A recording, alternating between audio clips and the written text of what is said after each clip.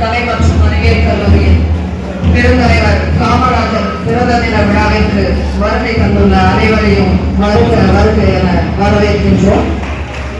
Today, a leader was born whose life is an inspiration for his public service and selflessness. I welcome one and all to Kamarajar Birthday. கண் என்றார் வள்ளுவர், ஏழையும் கல்வி கண்ட வழியான காமராஜர். பசிப்பினி நீக்கலே அறம் என்றார் வள்ளலார், சத்துணவழித்து அவ்வழி நின்றார் காமராஜர். அறிவில் கரை கண்டோர் ஆட்சிகளில் ஆங்காங்கே கரையுண்டு, அறவழி ஆட்சி செய்தார் இவர் போல் யாருண்டு. ஆம், பல சான்றோர்களில் வாக்கியத்தினிய வாழ்ந்து காட்டிய மாபெரும் மனிதனாம் காமராஜரின் பிறந்தநாள் விழாவினை சிறப்பிக்க வந்திருக்கும் அனைவருக்கும் என் முதல் கண் வணக்கம். இவ்விழாவின் துவக்கமாக தமிழ் தாய் வாழ்த்து பாட வருகின்றனர் நம் கல்லூரி மாணவிகள்.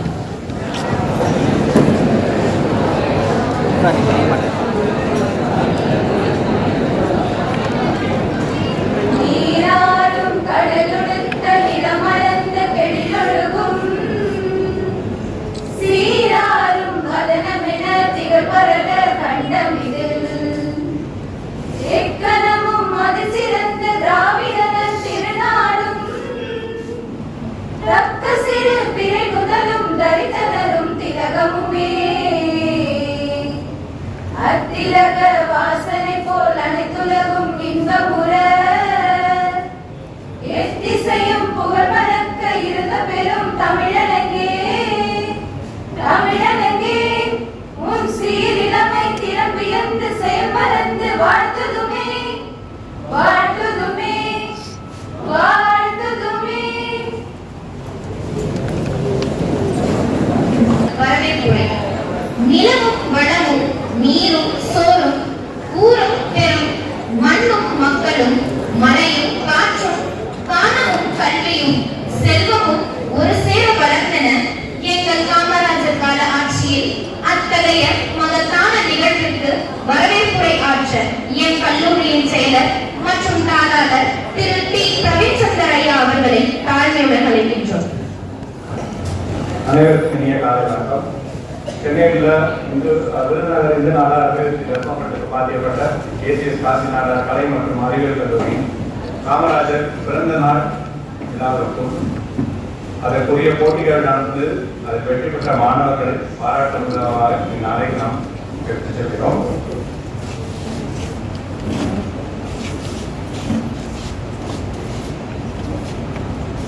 எமது கல்லூரியின் தலைவர், துணைத் தலைவர், துணை செயலாளர், நிர்வாகக்குழு உறுப்பினர்கள், முதல்வர், துணை முதல்வர்கள், ஆசிரியர்கள், மாணவர்கள், பல்வேறு கல்லூரி பள்ளிகளிலிருந்து வந்திருக்கும் பள்ளி மாணவர்கள், ஆசிரியர்கள் அனைவரையும் வருவார்கள் வரவேற்கிறோம். இன்றைய விழாவின் சிறப்பு விருந்தினராக வந்திருக்கும் நமது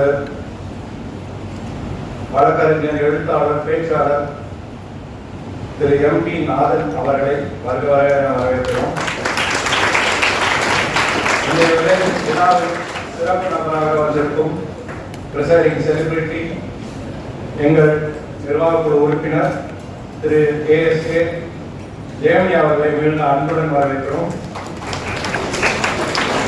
நமது மாணவர்கள், இன்றைய விழாவில் பரிசு பெறும் பல்வேறு பள்ளிகளை சேர்ந்த மாணவர்கள், மாணவிகள், அவர்களுடன் வந்திருக்கும் ஆசிரியர்கள், என் மனமார்ந்த வாழ்த்துக்கள் மற்றும் நன்றிகள். இவ்விழாவில் காமராஜர் அவர்கள் கல்விக்கான கனவுகளும் நாம் செலுத்தும் மரியாதையால் அமைகிறது. அவரின் வழிமுறைகளை பின்பற்றி நாம் அனைவரும் கல்வியின் மூலம் சமூக மாற்றத்தை ஏற்படுத்த வேண்டும். நன்றி, வணக்கம். வரவேற்புரையாற்றிய ஐயா அவர்களுக்கு நன்றி. Thank you, sir, for your warm welcome. We now have felicitation. May I now request our Vice President, Thiru N.K. Rajarajan, sir, to felicitate our presiding celebrity, Thiru A.S.K. Jayamani, sir, member, KCS Kakinada College of Arts, sir.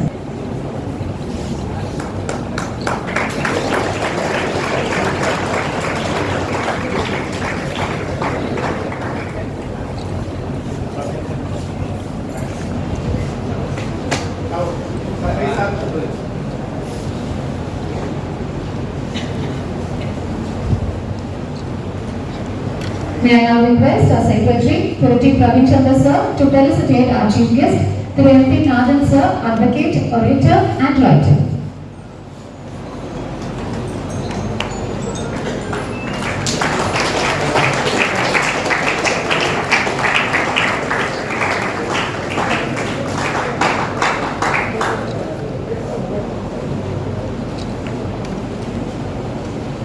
Thank you, dignitaries.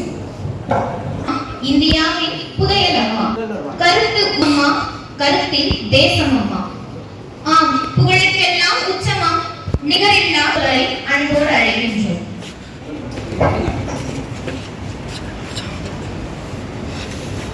ஆடி திங்கள் பிறந்தவராம், அகிலம் போற்ற உயர்ந்தவராம், விருது நகரில் உதித்தவராம், விருதுகளின் நாயகராம், வறுமை பிடியில் இருந்தவராம், மக்கள் பசியை போக்கியவராம், எளிமையின் உருவம் கொண்டவராம், ஏழையின் துயரை துடைத்தவராம், கல்வி தரத்தை உயர்த்தியவராம், கருணை உள்ளம் உடையவராம், பாரினை செழிக்க வைத்தவராம், கர்ம வீரர் இயற்றுவரை நித்தம் நாமும் போற்றிடுவோம். தெய்வமாம் காமராஜர் ஐயாவின் புகழ்பாடும் இந்நிகழ்விற்கு கருத்துரையாற்ற நம் கல்லூரியின் நிறுவன செயல் அறிவியல் துறையின் உதவி பேராசிரியர் திருமதி எஸ். சுபாஷினி அம்மா அவர்களை அன்போடு அழைக்கின்றோம். இங்கு கூடியிருக்கும் அனைவருக்கும் என் முதற்கண் வணக்கங்கள். இன்று நாம் ஒன்று கூடி கொண்டாடும் நாள் ஒரு சாதாரண நாள் அல்ல. ஒரு மிகச்சிறந்த மனிதர், எளிமையின் எல்லையாக விளங்கிய ஒரு தலைவன், மக்கள் மாண்புமிகு காமராஜர் ஐயா அவர்களின் பிறந்த நாளை கொண்டாடுகிறோம். இந்நாளை சிறப்பாக தொடங்க முதலில் ஒரு அழகான கவிதையை உங்களுடன் பகிர விரும்புகிறேன்.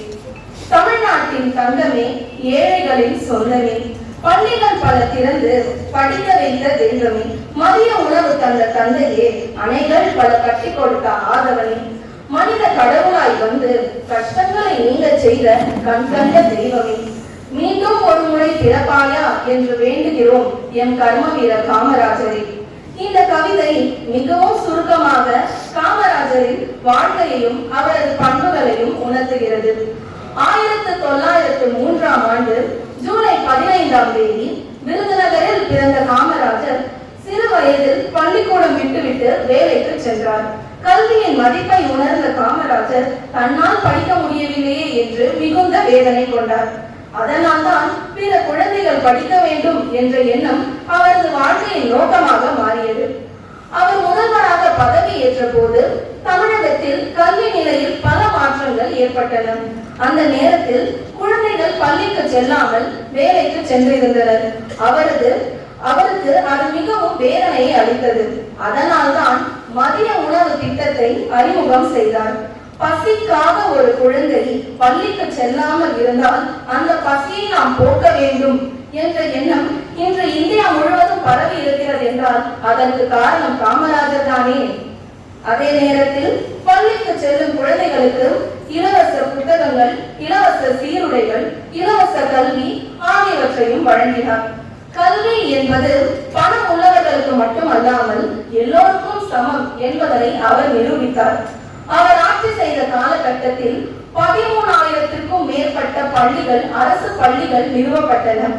பள்ளிகளின் எண்ணிக்கை மட்டும் உயரவில்லை, பள்ளிக்கு செல்லும் மாணவர்களின் எண்ணிக்கையும் படிப்படியாக உயர்ந்து கொண்டே வந்தது. இன்று நாம் படிக்கக்கூடிய சூழலை உருவாக்கியதற்கு காரணம் காமராஜர் தான் என்பதை நாம் என்றும் மறக்கக்கூடாது. காமராஜர் ஒருபோதும் சொத்து சேர்க்கவில்லை. அவரிடம் வங்கி கணக்கு கூட இல்லை. அரசியலில் உயர் பதவியில் இருந்தும் அவர் வெறும் வெள்ளை வேஷ்டி சட்டை மட்டுமே அணிந்து சைக்கிளில் செல்வதை போலவே ஒரு எளிமையான வாழ்க்கையை வாழ்ந்து வந்தார். அவரது நேர்மை காரணமாகவே மக்கள் அவரை மக்களின் தலைவர் என்றும் கல்வியின் தந்தை என்றும் அழைத்து வந்தனர். அவர் கல்விக்காக மட்டுமல்லாமல் நாட்டின் வளர்ச்சிக்காகவும் பல நன்மைகள் செய்து வந்தார். இந்திய வானூர்தி போக்குவரத்து வளர முக்கிய பங்கு அளித்து வந்தார். காங்கிரஸ் தலைவராக இருந்த போது நேருவுக்கு பிறகு பிரதமராக லால் பகதூர் சாஸ்திரியை தேர்ந்தெடுத்தது அவரது ஆழ்ந்த சிந்தனையை சுட்டிக்காட்டுகிறது. அது மட்டுமா, தமிழகத்தில் பல அணைகள் உருவாகியதற்கு காரணம் இவர்தானே. அன்புள்ள மாணவர்களே, இப்பேற்பட்ட மகானை நாம் நினைவு கூற வேண்டுமானால் நாமும் நேர்மையாக வாழ வேண்டும், கல்வியின் மதிப்பை உணர வேண்டும், மற்றவர்களுக்கு சேவை செய்யும் மனப்பான்மையை வளர்த்துக் கொள்ள வேண்டும். காமராஜர் ஸ்டைல சொல்லணும்னா உங்களால் முடியும் என்று கூறி வாய்ப்பளித்தமைக்கு நன்றி கூறி விடைபெறுகிறேன். நன்றி, வணக்கம். முதல்வர் உரை. திட்டங்கள் பல கோடி தந்துவிட்ட அறிவு பெட்டகமே, காலத்தை வென்று காவியமாய் வாழும் தலைவரே, ஊர் போற்ற வாழ்ந்த தலைமையே, உன்னை போற்றும் இந்நன்னாளிற்கு உன்னை பற்றி சில பொன்மொழிகளை வழங்க என் கல்லூரியின் முதல்வர் முனைவர் சோபா எட்வர்ட் அம்மையார் அவர்களை கனிவோடு அழைக்கின்றோம். A pleasant morning to the dignitaries on the dais, to our presiding celebrity, our chief guest, vice principals, heads of various departments, faculty from our own college and various schools, and the winners of various events. On this occasion, we are celebrating Kamarajar's birthday. So first, when we think of celebration, yes, this hall is filled with an audience ready to celebrate his birthday. So this getting ready for his birthday took place a week ago. A week ago, many of you had come for various competitions. So now, with two small incidents.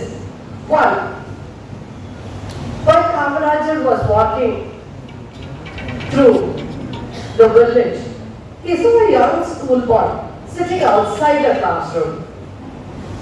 And when he asked him why, he said, "I lost my slate and I'm not able to write because my slate is no more." So there, immediately, what he did, he removed his wristwatch, gave it to his assistant, said, "Buy slates, notebooks for these children, let them learn." So there, one important thing that we learned from this. Yes, we all know time is precious. We all know time is precious. We are running behind time. But what he said is, time is important, but while giving importance to time, more than time, education is more important. So there, just knowing time is not enough. Once you get educated, the importance of time will always fall in. So there was the sense of education more important than the precious time. Then, during his rural school visits, again, a small boy gives him a 50 paise coin. And he says, "Why? Why are you giving me a coin?" And this boy says, "You gave me books, you gave me meals, all I had was this 50 paise coin." And there was a simplicity from his end. He said, "More than any award on stage, this was the most valuable award that I received in my life." So that is how your award that you receive today is also an award which would make Kamarajar happy, because you have spoken on his behalf, you have written about him, you have given posters on him, you have done Rangoli designing. So with all this you have honored him. So that award which you are going to receive goes to Kamarajar. Yes. And finally, don't take it for granted that we get education. When it comes to freedom, we say there were so many freedom fighters. They fought for us to get freedom. The independence we got because of freedom fighters. Same way, we got education because Kamarajar fought for it for us. So don't take it for granted. And the last two things that students should know. As students, all of us need a good memory. And Kamarajar was an example for it. Yes, he had no paper, he had no files, he had no notes. His mind was sharp. And he could tell the exact amount, the exact number of schools, whatever it is, the count was perfect. And how was this? Yes, he said, when you really care for people, you will never forget. Same way, from your end, if you really care for your education, if you really care for your parents, you will never forget your studies. You can never say your memory is bad, your memory will become sharper. Also, he spoke less and he observed everything. So that observation made his memory sharp. So, he said, silent thinking is stronger than loud talking. So, when you think more, you remember more. And carry your values along with your books. You carry books and now mobiles have replaced most of the books. So, as you carry your mobile or a book, carry values. Carry honesty, carry simplicity, and carry hard work. And last, we had the birthday celebration starting a week ago. And when we end the birthday celebration, we end it with a treat. Yes, usually celebrations are in the evening, and you normally end it with a snack, a small refreshment. But this celebration is in the afternoon, and we are going to have a hearty lunch to end our celebration. Wish you all success. Thank you. இனிய உரை வழங்கிய அம்மையார். அடுத்ததாக மாணவர் உரை. கல்விக்கு முக்கியத்துவம் அளித்த கர்ம வீரரே, காலத்தை வென்ற காவியமாய் வாழும் தலைவரே, உன் கனவு நினைவாகும் விதமாக உன்னை போற்றும் மாணவிகளின் உரை. அந்நாளின் சிறப்புமிக்க சொல்லல் பேச்சாற்றலால் வெற்றி பெற்ற மாணவர்களை உரையாற்ற அன்போடு அழைக்கின்றோம்.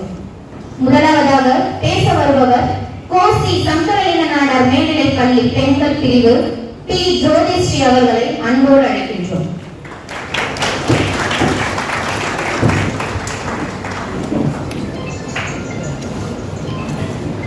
முக்களியே முப்பாலே மூவாதா முத்தமிழே சொக்கனது மாநகரை சூழ்ந்த பெருந்தேரே இத்தரை சூரியனே எங்கள் உயிரமுதே சித்திரை தன்னிலவே தேயா மொழிபெயர்ப்பே செம்மொழியாம்மா குடும்பம் சீராட்டும் செம்மொழியே என் மொழிக்கு மூத்தவளே என்றும் விருப்பவளே பண்புணர்த்து மாசனே பார் ஊற்றும் தேனூற்று கண்ணே நீ என் ஞானத்தை என கூறி இவ்வுலகம் முழுவதும் வீற்றிருக்கும் என் தாய்மொழியாம் தமிழ் அன்னையை வணங்கி சிறப்பு விருந்தினர் அவர்களையும் எங்களுக்கு சிறந்த எடுத்துக்காட்டாக திகழும் ஏழை ஆசிரியர் பெருமக்களையும் வருங்காலத்தில் சிறந்த எடுத்துக்காட்டாக திகழப் போகும் சகோதர சகோதரிகளையும் வணங்கி எனது உரையை துவங்குகிறேன்.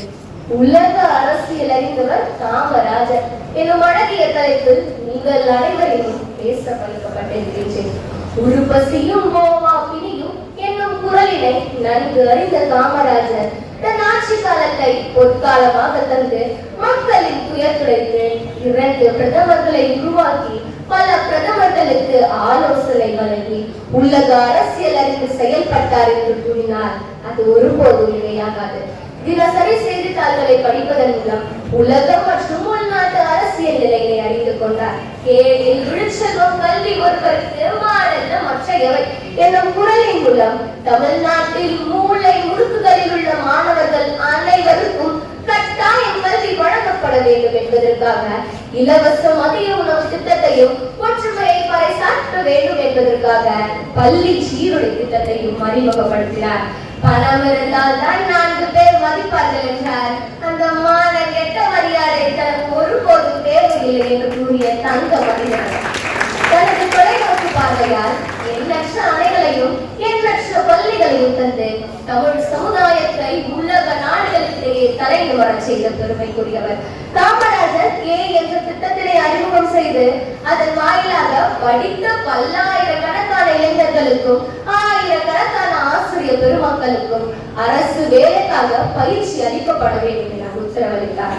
உலக அரசியலில் அழிக்கவே முடியாத சக்தியாக இருக்கும் காமராஜர் ஒரு முறை அமெரிக்காவை தலை குனிய வைத்தார் என்று கூறினால் உங்களால் நம்ப முடிகிறதா?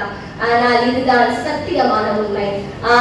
1962ஆம் ஆண்டில் அருணாச்சல பிரதேசத்தை உரிமை கொண்டாட வேண்டும் என்பதற்காக சீன நாடு இந்தியாவில் போர் தொடுத்தது.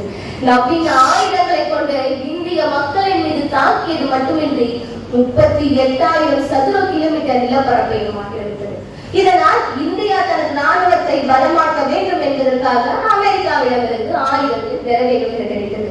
ஆனால் அமெரிக்க ஆயுத சட்டப்படி அமெரிக்க வங்கி ஏதேனும் ஒன்று உத்தரவாத கையெழுத்திட்டால் மட்டுமே ஆயுதங்களை பெற முடியும். இந்திய மக்களின் அவல நிலை அறிந்தும் சிறிதளவு கூட மனிதாபிமானம் இல்லாமல் அமெரிக்க வங்கிகள் கையெழுத்திட மறுத்தது. இதனால் கோபத்தின் உச்சத்திற்கே சென்ற நேரு காமராஜரிடம் ஆலோசனை கேட்கிறார். அதற்கு காமராஜரோ அமெரிக்க நிறுவனம் ஏதேனும் ஒன்று இந்தியாவில் இருக்கிறதா என்று கேட்டாராம். உடனே நேரு அவர்கள் அமெரிக்கன் எக்ஸ்பிரஸ் வங்கி இந்தியாவில் தான் உள்ளது காமராஜா என்றார். உடனடியாக அதனை மூட கட்டளையிடுங்கள் ஐயா என்றார் காமராஜர். நேருவின் ஆணையின்படி அமெரிக்கன் எக்ஸ்பிரஸ் வங்கி உடனடியாக மூடப்பட்டது. இதனால் நாடி போன அமெரிக்கன் எக்ஸ்பிரஸ் வங்கி தானே உத்தரவாத கையெழுத்து எப்படி தானே உத்தரவாத கையெழுத்திட்டு நவீன ஆயுதங்களை இந்தியாவுக்கு ஏற்றுமதி செய்தது. இதனால் இந்தியா சீனாவை எதிர்த்து அப்போரில் மாபெரும் வெற்றியை கண்டது.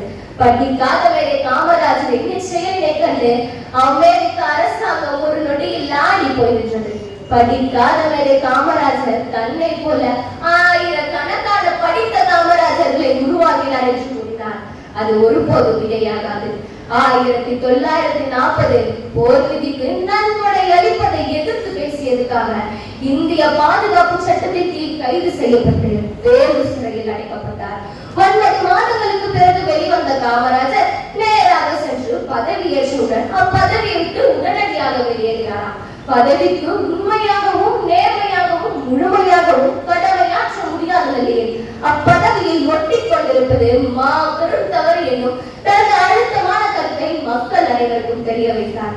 இருந்தாலும் மறைந்தாலும் பேர் சொல்ல வேண்டும், இவர் போல யார் என்று ஊர் சொல்ல வேண்டும். எப்படி இருந்தாலும் மறைந்தாலும் பேர் சொல்ல வேண்டும், இவர் போல யார் என்று ஊர் சொல்ல வேண்டும் என்ற ஊற்றத்தினக தன் வாழ்நாள் வாழ்வினை தனக்காகவும் வாழாமல் தன் குடும்பத்திற்காகவும் வாழாமல் நாட்டுக்காகவும் நாட்டு மக்களுக்காகவும் வாழ்ந்து மறைந்தவர் கர்ம வீரர் காமராஜர். காமராஜர் மறைந்தவுடன் அவர் வசித்த வாடகை வீட்டை வீட்டினை உரிமையாளர் எடுத்துக்கொண்டார். அவர் பயன்படுத்திய காரை காங்கிரஸ் எடுத்துக்கொண்டது. அவரது உடலை அக்கினி எடுத்துக்கொண்டது. ஆனால் அவரது பெயரை மட்டும் வரலாறு எடுத்துக்கொண்டது என்று கூறினால் ஏற்றலும் நீட்டலும் காத்தலும் காத்த வகுத்தலும் வள்ளலரசு என்னும் குரலுக்கு ஏற்ப சான்றாக வாழ்ந்து காட்டிய மாமன்னன் கருப்பு காந்தி படிக்காத வேலை ஏழை பங்காளர். காமராஜர் இந்திய விடுதலை வீரர்களில் ஒருவர். உழைப்பால் உயர்ந்தவர், ஏழைகளுக்கு இறங்கியவர், எளியவர், கிடைத்தவர், அரசியல் வேலையாக திகழ்ந்தவர், அரசியல் துறவியாக வாழ்ந்தவர். எண்ணிய முடிதல் வேண்டும், நல்லவை எண்ணல் வேண்டும் என்று கூற்றிருக்கிறார். நாமும் நம் கர்ம வீரர் காமராஜரை போல அன்பான, அடக்கமான, பணிவான, துணிவான, எளிமையான, நேர்மையான, ஒழுக்கமான வாழ்க்கை வாழ்ந்து அவரை போல எப்படி அவரை போல உலக நடவடிக்கைகளை அறிந்து வாழ்வில் வெற்றி பெற வேண்டும். தமிழில் என்ற மூவெழுத்து தொடங்கி எனது உரையை நன்றி என்ற மூவெழுத்தினை கொண்டு நிறைவு செய்கிறேன். நன்றி, வணக்கம். நன்றி. அடுத்ததாக ஸ்ரீராம் தயாள் கோம்கா எம்கோ விவேகானந்தா வித்யாலயா இளநிலை கல்லூரி மாணவி ஷர்மி அவர்களை அன்போடு அழைக்கின்றோம். என்னை குச்சி எடுத்த ஏதோ மூலையில் வாழ்ந்த காமராஜர் உலக அரசியல் அறிவாளோ என்ற நாவுகள் வாழ்பிழக்க தருகிறேன் சில சாட்சிகள் உங்களுக்காக. எண்ணற்ற அணைகளினால் வரைந்த நாவுகளும் தாகம் தீர்த்து விண்ணை முட்டும் தொழிற்சாலைகளால் தலை உமர செய்து இறைப்பை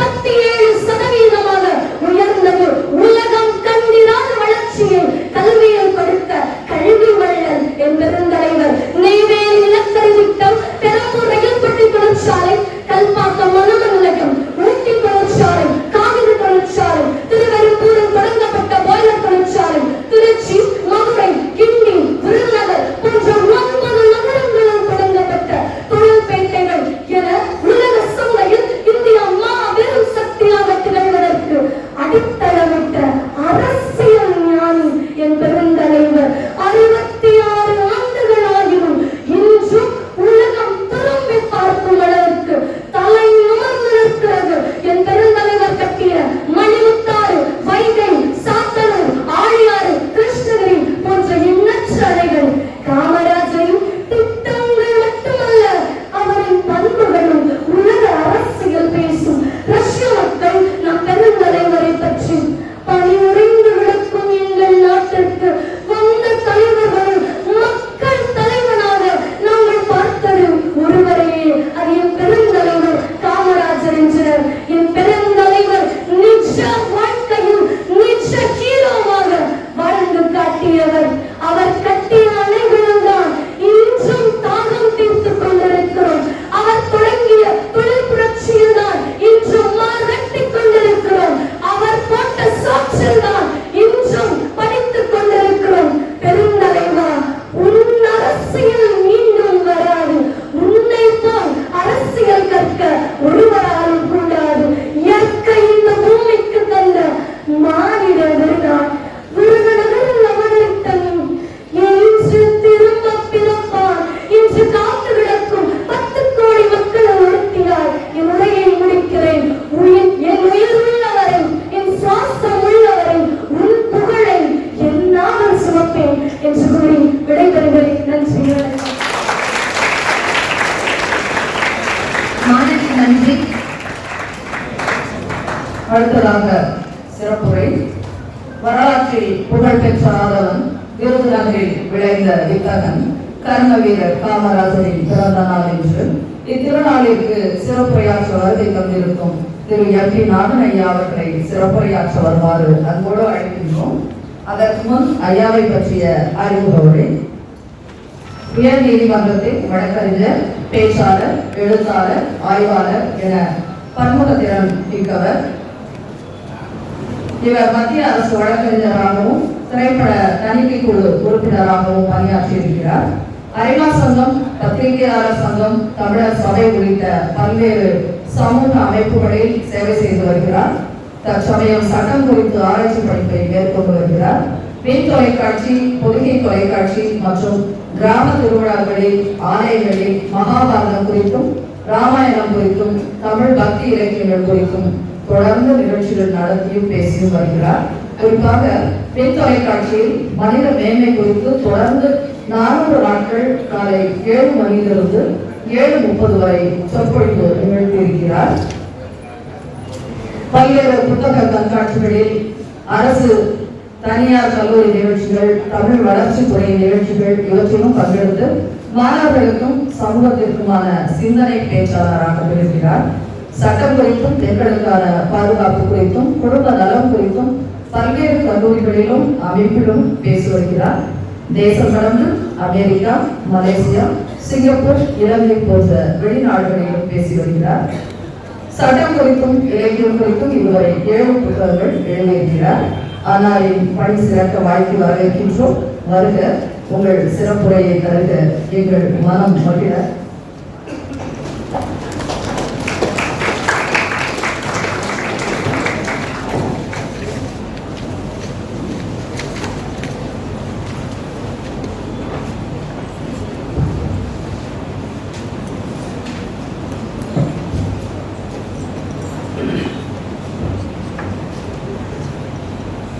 வானாகி மண்ணாகி வலியாகி ஒளியாகி ஊனாகி உயிராகி உண்மையும் உண்மையுமாய் யார் எனவென்று அவர்களை கூட்டாக்குவானாகி இருக்கின்ற தெய்வ தமிழில் வயலில் அதனால் ஏற்பட்ட பக்தி பரவசத்திற்கு தரிசித்து முக்கால் இருக்கிற வல்லல் பெறுகின்றது.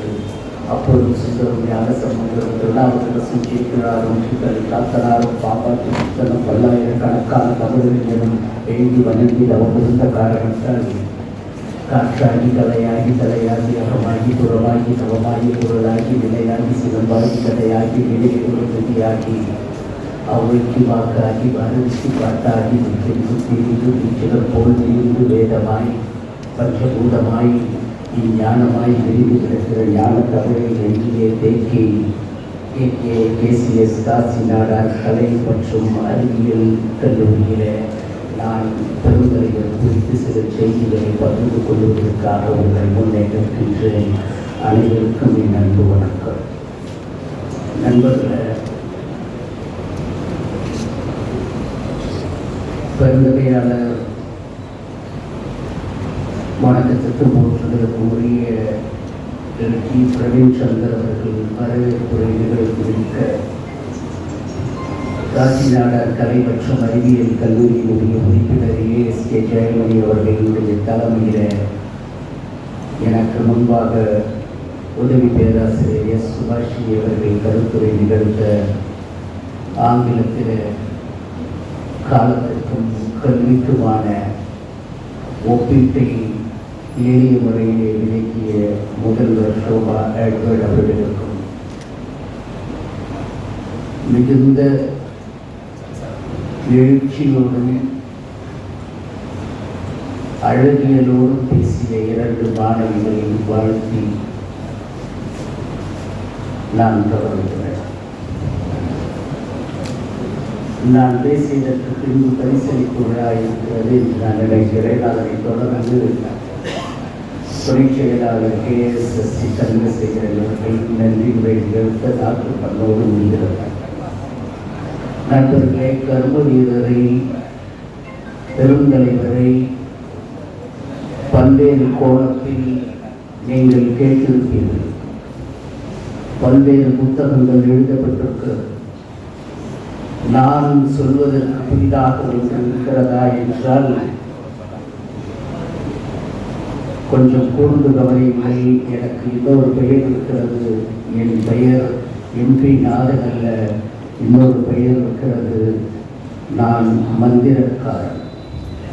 என்னுடைய சொல் உங்களுடைய செவியில் விழுந்து இதயம் கலந்து உணர்வி நிலைத்து விட்டால் குழந்தைகளே எழுதி வைத்துக் கொள்ளுங்கள். என்றாவது ஒரு நாள் ஒரு தீர்வு தேடி உங்களுடைய உறக்கம் விழுந்து போய் நான் என்ன செய்வேன் என்று யோசிக்கையில் என்னுடைய உரை உங்களுக்கு மருந்தாக இருக்கும் என்கின்ற எண்ணத்தோடு நீங்கள் என்னுடைய உரையை கேட்க வேண்டும். தயவு செய்து கைபேசியில் இருந்து அழைப்பு வந்தால் அதை தவிர்த்து விடுங்கள். இது பெருந்தலைவரை கொண்டாடுகிற நிகழ்வு. நான் பெருந்தலைவரை அவர்களுடைய புகழை, அவருடைய செயல்பாட்டை, அவருடைய கருத்துருவை, அவருடைய தத்துவத்தை ஒரு ஒப்பீடாக உங்களிடத்தை சொல்லப் போகிறேன். எனக்கு முன்னால் தென்றல் போல நடனமாடி ஒரு குழந்தை பேசினார். அந்த குழந்தை பேசுகிற பொழுது சொன்னால், கருப்பு காந்தி என்றால் படிக்காத மேதை என்றால் ஏழை பங்காளன் என்றார்.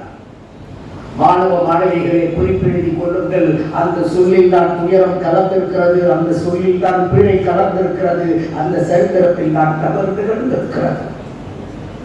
அது என்ன? கருப்பு காந்தி.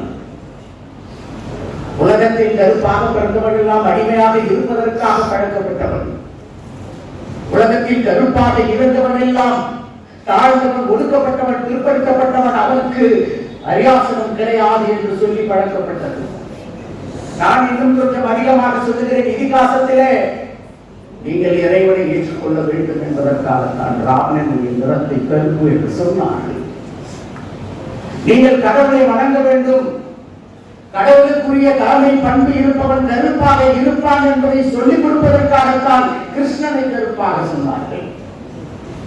என் பெருந்தலைவர் கர்ம வீரன் இந்த உலகத்திற்கு வழிகாட்டியாக இருந்தவன் கருப்பு என்பதால் அடக்கப்பட்ட விதம், ஒடுக்கப்பட்ட விதம் இருக்கிறது.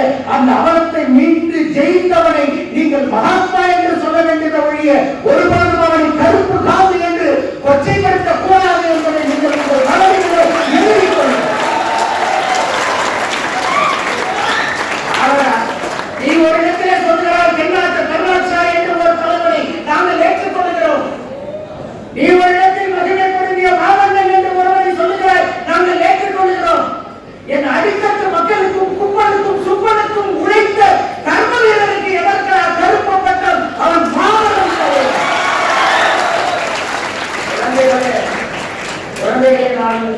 அவருடைய கதையை சொல்லித் தருகிறேன். நீங்கள் கருப்பாக இருந்தால் கருப்பின மனிதர்களை சந்தித்தார். எழுதி வச்சுக்கீங்க. 7 நாள் இல்லை, 7 வருஷம் இல்லை, 70 வருஷம் பிரதமர் போட்டாலும் கருப்பு கலரா மாறாது.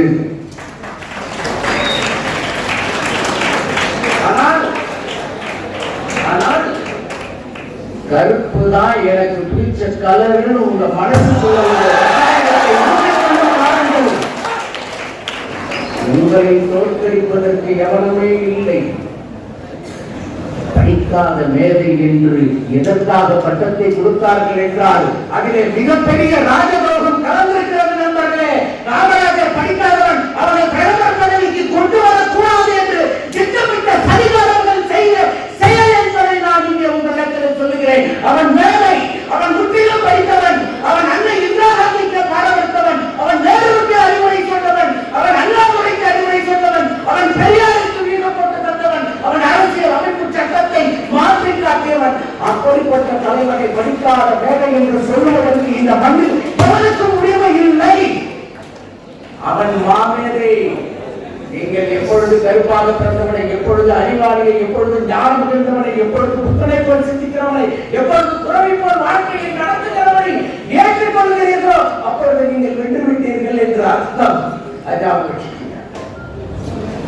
இந்த கல்லூரி வாசலிலே நான் ஏறி வருகிற பொழுது எனக்கு ஒரு பாடம் கிடைத்தது தோழர்களே. நாலேஜ் என்ன சொல்லி சொன்னீங்க? நாலேஜ். நான் அதை பார்த்த மாத்திரத்திலே உள்வாங்கிக் கொண்டேன். அறிவு கற்றுக் கொடுக்கிறது, ஞானம் ஏற்றுக்கொள்கிறது. ஞானமானாக கர்மவீரர் காமராஜர் இருந்த காரணத்தினாலே அறிவு கற்றுக்கொள்வதை ஏற்றுக்கொண்டு ஞானியாக அவன் எல்லோருக்கும் கற்றுக் கொடுத்தான் என்பதை மறைத்துவிட்டு ஒரு அரசியல் நடந்து கொண்டிருக்கிறது. அதிலிருந்து நான் அந்த உத்தரத்துக்குள்ளே செல்வது என்றார். அநேகமாக நீங்கள் இன்னும் கொஞ்சம் சிறு குழந்தைகளாக இருப்பதாக எனக்கு படுகிறது. நான் ஒரு 8ஆம் வகுப்பு, 9ஆம் வகுப்பு, 10ஆம் வகுப்பு மாணவர்களுக்கு சொல்வதை போல சில கருத்துக்களை சொல்ல நான் ஆசைப்படுகிறேன். கந்தையானாலும் கசைக்கு கட்டு, இது கேட்டிருக்கீங்களா? கேட்டிருக்கீங்களா? கூழானாலும் குளித்து கூடி. இந்த 2 பழமொழிக்கு இந்த உலகத்தில் எவனும் விளக்கம் சொன்னதே இல்லை கர்மவீரரை தவிர. நான் ஒரு கவிதை சொல்கிறேன், யோசித்துப்பார். தந்தையானாலும் கசைக்கு கட்டு, காயும் வரை எதைக்கு. என்னிடத்தில் மாற்று துணியே இல்லை என்றால் நான் காயும் வரை எதை கட்டுவது? நீ அறிவுரை சொல்லிவிட்டு போய்விடலாம், கவிதை எழுதிவிட்டு போய்விடலாம், செய்யுள் தந்துவிட்டு போய்விடலாம், மனப்பாட கொள்கையை சொல்லிவிட்டு போய்விடலாம், நாங்களும் உனக்கு சிலை வைத்து மாலை கொடுத்து வணங்கி விட்டு போய்விடலாம். தந்தையானாலும் கசைக்கு கட்டு என்றாயே, காயும் வரை நான் எதை கட்டுவது? கூழானாலும் குளித்து குடி என்றாய், நான் குளித்து விட்டு வந்து விட்டேன், எனக்கு கூழும் இல்லை கஞ்சியும் இல்லை என்பதை கேட்ட பொழுதுதான் கர்மவீரர் என் வீட்டு குழந்தையின் வீட்டில் அடுப்பு எரியவில்லை என்றால் அந்த குழந்தைக்கு சோறு போடுற பொறுப்பு எனதுன்னு, குடி கொடுக்கிற பொறுப்பு எனதுன்னு, அந்த பிள்ளைய படிக்க வைக்கிற பொறுப்பு எனதுன்னு, அதுக்குதான் அரசியலுக்கு வந்தேன் உலகத்தில் சொன்ன ஒரே ஒரு அரசியல் ஞானி கர்மவீரர் காமராஜர் தான் என்பதை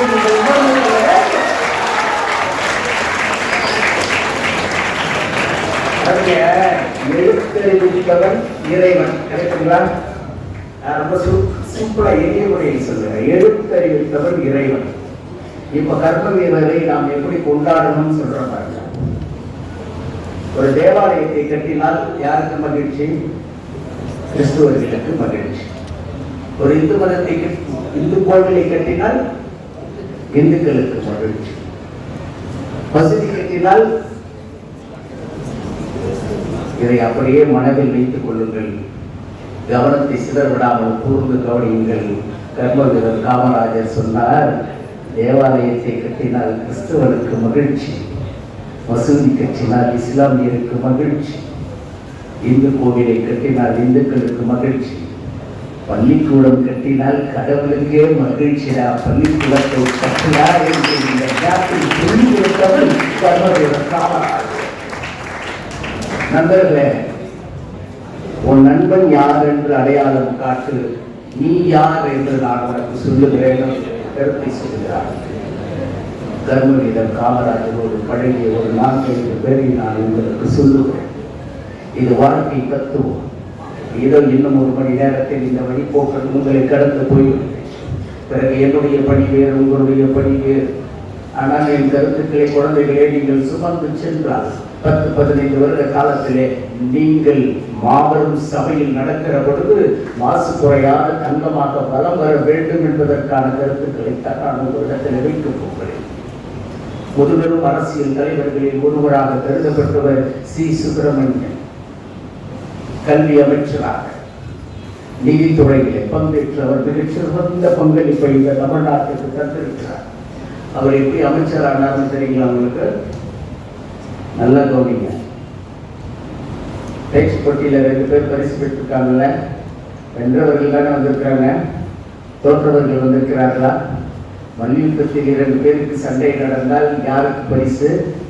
வெற்றி பெற்றவர்கள். அப்படித்தானே கபடி, அப்படித்தானே கிரிக்கெட், அரசியலிலும் அப்படித்தான் நண்பர்களே. கர்மவீரர் காமராஜரை எதிர்த்து சி. சுப்பிரமணியன் தோற்றுக்கொண்டார்.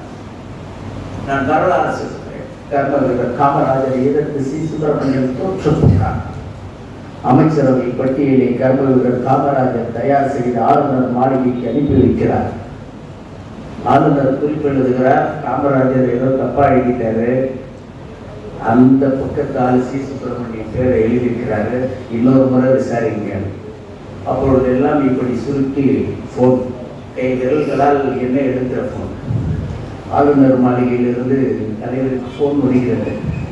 அந்த அமைச்சரவை பட்டியலில் சி. சுப்பிரமணியம் அப்படின்னு. ஆமாண்ண, இல்லை ஒரு உங்களை எதிர்த்து தோற்று, என்னை எதிர்த்தவர் தாயா, அறிவு இல்லையா? தமிழ்நாட்டு மக்களுக்கு அவர் சேவை தேவையா? அவர் அமைச்சரா போடுங்கையான்னு சொன்ன பெருந்தன்மை மிக்கவர் கர்மவீரர் காமராஜர். யாராவது செய்ய முடியுமா? எந்த காலத்திலாவது செய்ய முடியுமா?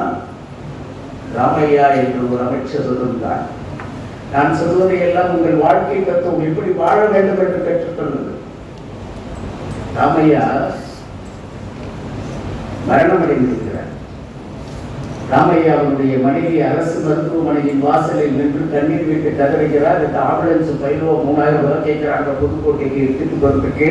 என்கிட்ட காசு இல்லை, என் தாலியில் இருக்கிற குண்டுமணிக்கு 60 ரூபாய் தான் கொடுப்பேன்னு சொல்லுறான். நான் எப்படி எடுத்துட்டு போறது? எனக்கு மாட்டு வண்டியாச்சு ஏற்படுத்தி கொடுங்க நல்லறாங்க. அதை கேட்டுட்டு அந்த இலவச சமூக சேவை பண்ணுறவர் வந்து கேட்கிறாரு, இவர் பேர் என்னம்மா?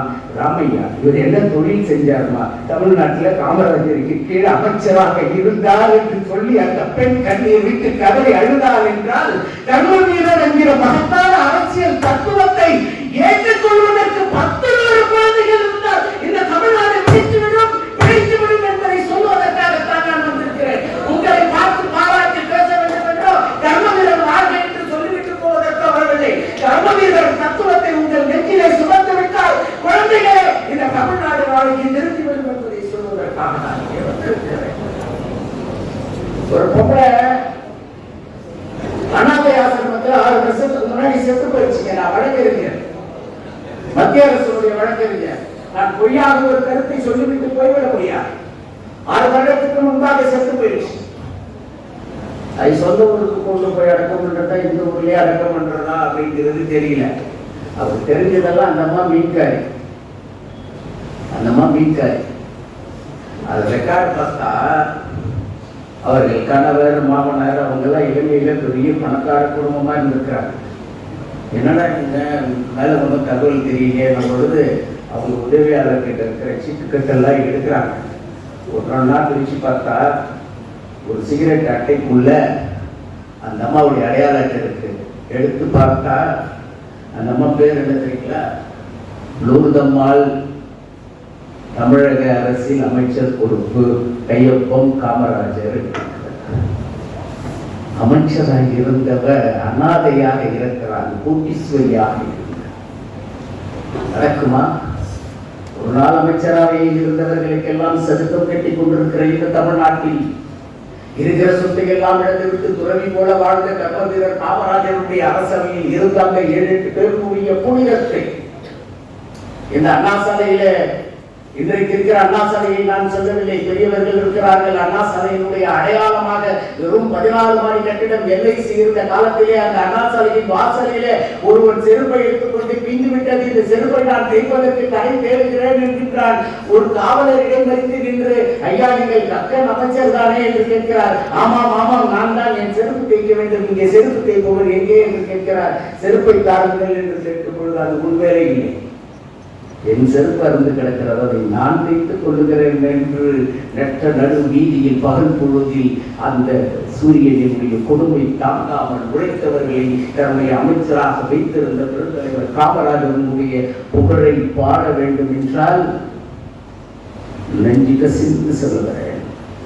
நினைந்து நனைந்து உணர்ந்து நகர்ந்து உச்சொழும் கண்ணீரால் உடல் நனைந்து என்று நித்தம் கொடுத்து இறைவனை அடித்து விடுகிற வல்லலாரை கொண்டு செல்லுகிறேன். தாய்மானவனை போல் செல்லுகிறேன். கர்மவீரர் காமராஜர் கூடிய உண்மையான அரசியல் சரித்திரம் இருட்டடிப்பு செய்யப்பட்டு விட்டது. அதை உங்களை போன்றவர்கள் வீட்டு கொண்டு வந்து தர வேண்டும் என்பதற்காகத்தான் நான் இங்கே உங்களிடத்திலே பேசிக் கொண்டிருக்கிறேன். மகத்தான தலைவரின் புகழை மட்டும் முன்னிறுத்துங்கள். மகத்தான தலைவரின் புகழை மட்டும், அவன் செயல்பாட்டை மட்டும், அவன் கருத்துவை மட்டும், அவன் தத்துவத்தை மட்டும் நீங்கள் முன்னிறுத்தி பாருங்கள். ஒரு 5-6 வருட காலத்தில் தமிழ்நாட்டினுடைய அரசியல் போக்கு, இந்தியாவினுடைய அரசியல் நிலை மாறும் என்ற நம்பிக்கை. நண்பர்களை எத்தனை பேருக்கு அப்துல் கலாமை தெரியும்? மாணவர்கள் அத்தனை பேருக்கும் அப்துல் கலாமை தெரியும். அப்துல் கலாம் சொன்ன ஒரு கதையை நான் உங்களுக்கு சொல்லுகிறேன். அப்துல் கலாம் அவர்கள் என்ன வெடிகுண்டு தயாரித்தார்?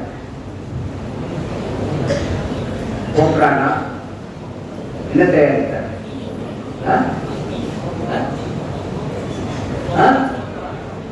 புரியல.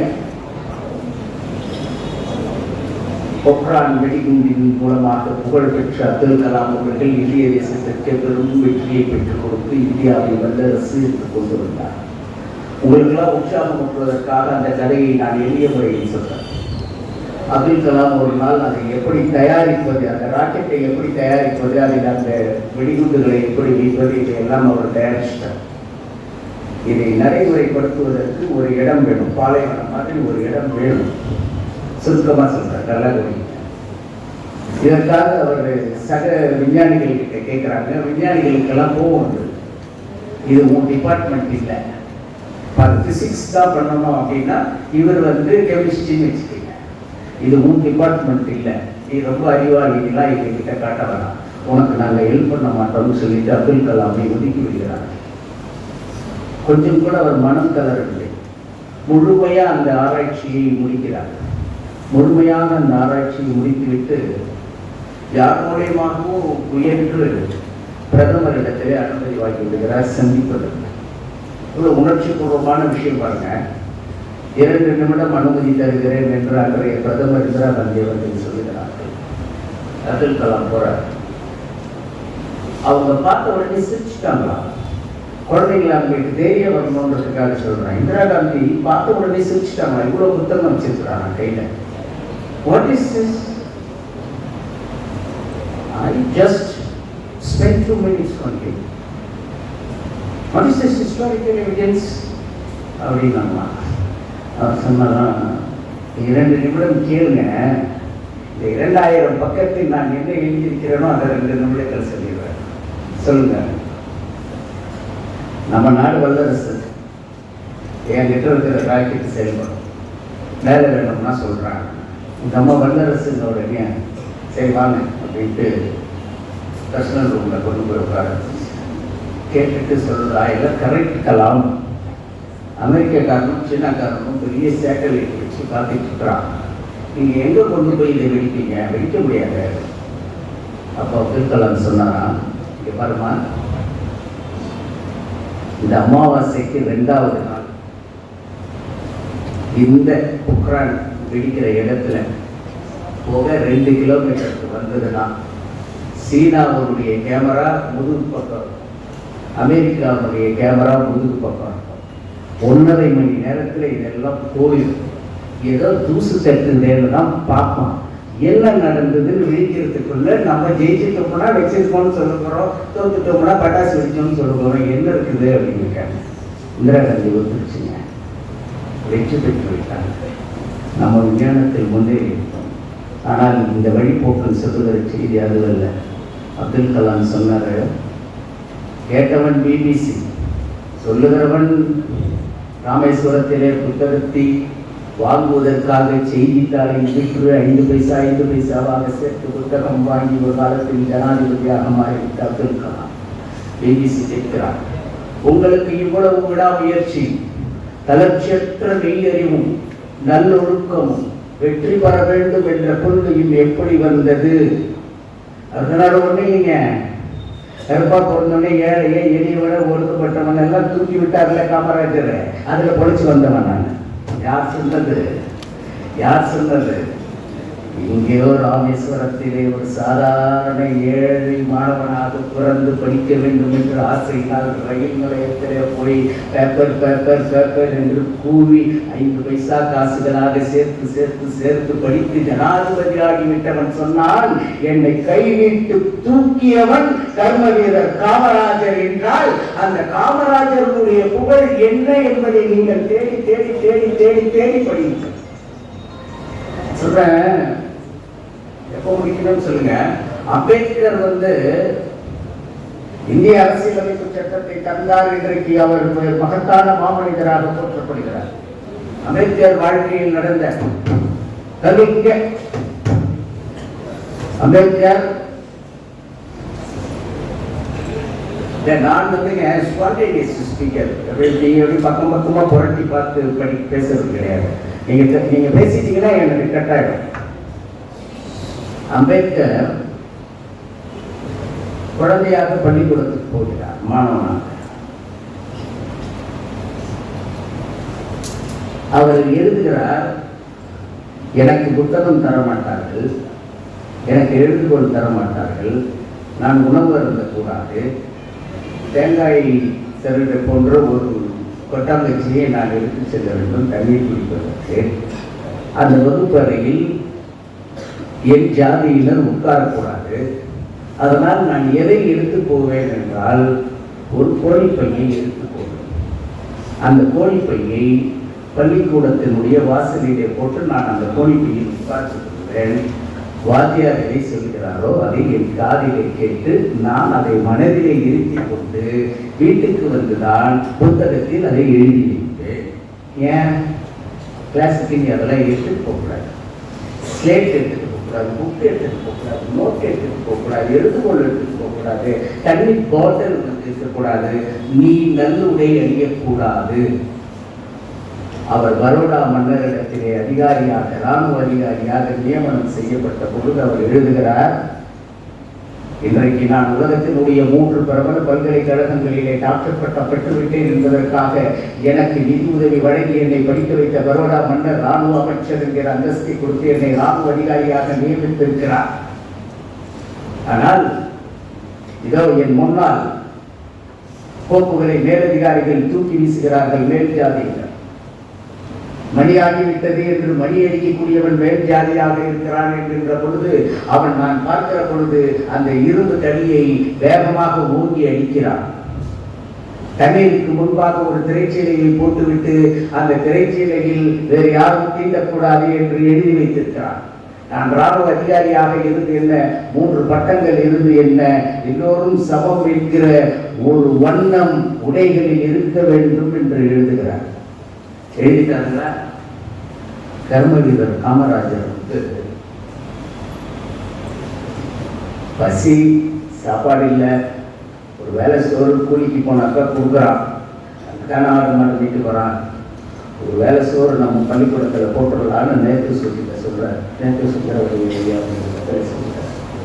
ஒரு வேலை சோறு போட்டுட்டாங்க. 1 மாதம் கழிச்சு அறிக்கை கேட்கிறார், என்ன ஸ்ட்ரென்த்து ஏறிச்சா? இல்லை. ஏன் இல்லை? வரமாட்டேங்கிறான். சரி, என்னை களத்துக்கு இட்டுட்டு போ. ஆடு மாடு மேய்க்கிற பையன்கிட்ட கர்ம வீரர் கேட்கிறாரு, எப்பா நான் தான் சோறு போட்டுட்டேன், நீங்க ஏன் படிக்க வரல? ஐயா புஸ்தகம் இல்லையா? சரி, ஏற்பாடு பண்ணோம். திரும்பவும் நேர்வு சுஜிட்ட சொல்றாரு, புஸ்தகம்லாம் வாங்கி கொடுத்துருவோம். ஒரு அரசாங்க பொருள் இலவச புத்தகம் கொடுங்க. ஒரு வாரம் கழித்து கேட்கிறார், பசங்க வந்துட்டாங்களா? தரலைங்கய்யா. சரி நீங்க கூப்பிடுங்க, பெற்றோர்களெல்லாம் கூப்பிடுங்க. அப்புறம் திண்டல்னு நினைக்கிறேன், திண்டல்ங்கிற கிராமத்தில் ஒரு 50-60 பெரியவர்கள் கூப்பிட்டு கேட்கிறாரு, ஏப்பா சாப்பாடு கொடுத்துட்டல, புஸ்தகம் கேட்டீங்க கொடுத்துட்டல, ஏன் வீட்டுக்கு பிள்ளைங்களை அனுப்ப மாட்டேங்கிறீங்க? ஐயா ட்ரௌசர் சொக்கா இல்லையா, ட்ரௌசர் போட்டுட்டு போனா என் பையனை வந்து போஸ்ட் மாஸ்டர்னு கிண்டல் பண்றான். அது என்ன போஸ்ட் மாஸ்டர்? அவன் ட்ரௌசருக்கு பின்னாடி 2 ஓட்டை இருக்கியா, அதனால போஸ்ட் மாஸ்டர்னு கிண்டல் பண்றாங்க. அப்படியா? அப்போ ட்ரெஸ்ஸும் கொடுத்துடலாம் அப்படின்ட்டு இலவச சீருடை கொடுக்குறாரு. இலவச சீருடை கொடுப்பதற்காக இது பண்ணும் பொழுது உதவி வருது. எங்கெங்கிருந்து வருது? லட்சுமி மில்ஸ்ல இருந்து உதவி வருது, ஈரோட்ல இருந்து உதவி வருது, திருப்பூர்ல இருந்து உதவி வருது. எல்லாம் வேற வேற கலரா இருக்கு.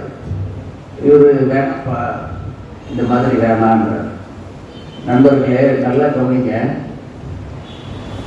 இவர் வேணான்னு சொல்லும் போது இல்லை இல்லை இது சரிதான், கிடைக்கிறத வாங்கிப்போ, நமக்கு இலவசமா தானே கிடைக்குதுன்னு அன்றைக்கு தமிழ்நாட்டிலே பெரிய மகானாக இருந்தவர், ஒரு பெயரை நான் சொல்லக்கூடாது, அடிகளார்னு முடியும், நிறைய உதவி செஞ்சார். அவரே சொல்லிட்டார். அப்படி உடனடியாக ராஜாஜி சொன்னது போல சொல்லிட்டாரு. கர்ம வீரர் சொன்னாரு, நல்லா கவனிங்க குழந்தைகளை, இன்றைக்கு நீங்கள் எல்லாம் இங்கு உட்கார்ந்து படித்துக் கொண்டிருக்கிறீர்கள் என்றால் அதற்கு என் பாட்டன் கர்ம வீரர் காமராஜருடைய அறிவும் ஞானத்தையும் உங்களுக்கு கொண்டிருக்கிறேன் சொன்னாரு. இல்லப்பா, அடிகளார் சொல்றது சரிதான், ஆனா அவன் நீல கலர் சொக்கா போட்டுக்கிட்டு, இவன் மஞ்சள் கலர் சொக்கா போட்டுக்கிட்டு, அவன் காவி கலர் சொக்கா போட்டுக்கிட்டு போனா எளிதில் சொல்லிடுவாங்கப்பா, அவன் வரைய இவன் பல்லாம நாடான இவன் செப்பிலிங்க, இவன் தேவன், இவன் இருங்க. ஒரே மாதிரி ட்ரெஸ் கொடுத்துட்டா குழந்தைங்க மனசுல ஜாதி வண்ணம் இருக்காதுல்ல. ஆனா இந்த ஜாதியை ஒழிச்சுக்கணும்னு சொல்லி சீருடை கொடுத்ததினால்தான் உங்கள் மனதில் இருந்த அந்த அடிமைத்தனம் ஒழித்தது என்கின்ற அவசியம் தன்மையை நான் உங்களுக்கு சொல்லித்தருகிறேன். இல்லைன்னா இன்னைக்கு வரைக்கும் நம்ம கஷ்டப்பட்டு இருக்கோன்ற. இன்றைக்கு வரைக்கும் உங்களுக்கு ஒன்று தெரியுங்களா? நான் அண்ணாமலை பல்கலைக்கழகத்தில் பாடம் எடுத்துக் கொண்டிருந்த 2004 2009 வரை நான் சொல்லுகிறேன், நேரடி சாட்சியாக சொல்லுகிறேன், சிதம்பரத்தில், காட்டுமன்னார்குடியில், நெய்வேலியில், பன்ருட்டியில், வீராணம் ஏரி படுகையில் இருந்த அத்தனை கிராமங்களிலும் தாக்கப்பட்டவர்கள் செருப்பு அணிந்ததே இல்லை. 2004 2009 வரைக்கும் சொல்றேன் நான். இந்த மாற்றத்தை யார் கொண்டு வந்து கொடுத்தார்கள் நம்மிடத்தில் என்றால் கர்ம வீரர் காமராஜர் கொண்டு வந்து கொடுத்தார். இனத்தாலும் நிறத்தாலும் மொழியாலும் வாழ்க்கை முழுவதும் அவன் ஒரு தாய் பெற்ற பிள்ளை என்று சொன்ன கர்ம வீரர் காமராஜரை நாம் ஏன் உயர்த்தி பிடிக்க கூடாது என்பதற்காக இதை நான் சொல்லுகிறேன். உலகத்திலேயே குழந்தைங்களா ஒரு தவறு செய்து விடாதீர்கள், அம்மாவை திட்டாதீங்க. தாயில் சிறந்த கோவில் இல்லை. நான் 2-3 விஷயங்களை உங்களுக்கு சொல்றேன். பட்டினத்தடிகள் ஒருத்தர் இருந்தாருங்க, அவருக்கு பட்டினத்தார்னு பேர். அவர் யார் தெரியுமா? கோவணம் கட்டிட்டு செத்து போனாங்க என்பது வரலாறு. ஆனால் கோவணம் கட்டி கொண்டிருக்கிற பொழுது அதுக்கு முன்னாடி ஒரு வாழ்க்கை வாழ்ந்தால பட்டினத்தான். அது என்ன வாழ்க்கை தெரியுங்களா? அவன் பிறந்த ஊரில் வாழ்ந்த மன்னனுக்கு காசு இல்லைன்னா இவன் கொண்டு போய் கொடுப்பான்.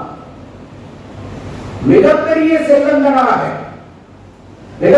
செல்வந்தனாக தங்கமும் வைரமும் நவமணிகளையும் கொண்டு வந்து வியாபாரம் செய்து கொடுத்து மன்னனுக்கு கடன் கொடுப்பவனாக இருந்த ஒருவனுக்கு ஞானம் பெற்று ஒரு நாள் எல்லாவற்றையும் துறந்துவிட்டு கோவாண்டியாக துறவியாக வாழ்ந்த பட்டினத்தார் வாழ்க்கையில ஒரு சபதம் எடுத்தாங்க. எல்லாத்தையும் மறந்து விட்டேன், எனக்கு என்று ஏதும் இல்லை, ஆனால் இதோ என் தாய் இருக்கிற இந்த 4 கிலோமீட்டரை சுற்றி என்னுடைய நடைப்பயணம் இருக்கு. என் தாய் சாகிற வரைக்கும் நான் எந்த இடத்துலையும் போவேன். என் தாய் இறந்த பிறகு அவளுக்கு நான் ஈமக்கிரியை செய்து அவள் உடலை எரித்த பிறகுதான் நான் இந்த மண்ணை விட்டு போவேன் என்று துறவி வாழ்க்கையை மேற்கொண்ட பட்டினத்தார் சொன்னால். எந்த பட்டினத்தார்? நீரில் மூழ்கி நிலை பொழிந்து போனார். அல்லும் பகலும் ஐயோ என்று அழுது ஆர்ப்பரித்து ஐயோ போராயே என்று சொன்னவர்கள் தான் நீரில் குளித்து நினைப்பு ஒழிந்து போனார். அன்னைக்குதான் மாட மாளிகை பல கட்டி தந்து, மணிமகுடம் பல சூட்டை தந்து, மேலும் உடை தந்தாய், நிறைய நகை தந்தாய், இருக்க இடம் தந்தாய், உறங்க அறை தந்தாய், வாழ்க்கை முழுவதும் வசதிகள் பல தந்தாய், பசி என்று அறிந்தா வண்ணம் பழம் தந்தாய், காய் தந்தாய், எல்லாம் தந்தாய், கருவிழுத்து என்னை வளர்த்தாய், மரணம் அடைந்த பின் தாய் இல்லை நீ பிணம் என்று சொல்லுகிற காலத்தில் தாயினுடைய ஈவக்கணத்துக்காக வாழ்ந்து கொண்டிருந்தான் பட்டணத்தில். ஆதிசங்கரர் ஒருத்தர் இருக்கிறார். உலகம் முழுவதும் எவ்வளவு பெரிய துறை தெரியுங்களா? அந்த ஒடுக்கப்பட்டவர்கள் மீது இருந்த துவேஷம் இருந்திருந்த காலத்தில் ஒரு நாள் தாழ்த்தப்பட்டவர்கள் எதிரே வந்து விட்டார் என்பதற்காக ரோகிதர்கள் எல்லாம் ஒன்று கூடி இன்னும் ஒரு முறை புரியுங்கள் சங்கரரே என்று சொன்ன பொழுது அவன் வடிவத்தில் சிவன் வந்திருந்தால் என்ன செய்வீர்கள் என்று கேட்டுவிட்டு ஒடுக்கப்பட்டவனை ஆசீர்வதித்து சென்று போன ஆதிசங்கரர்.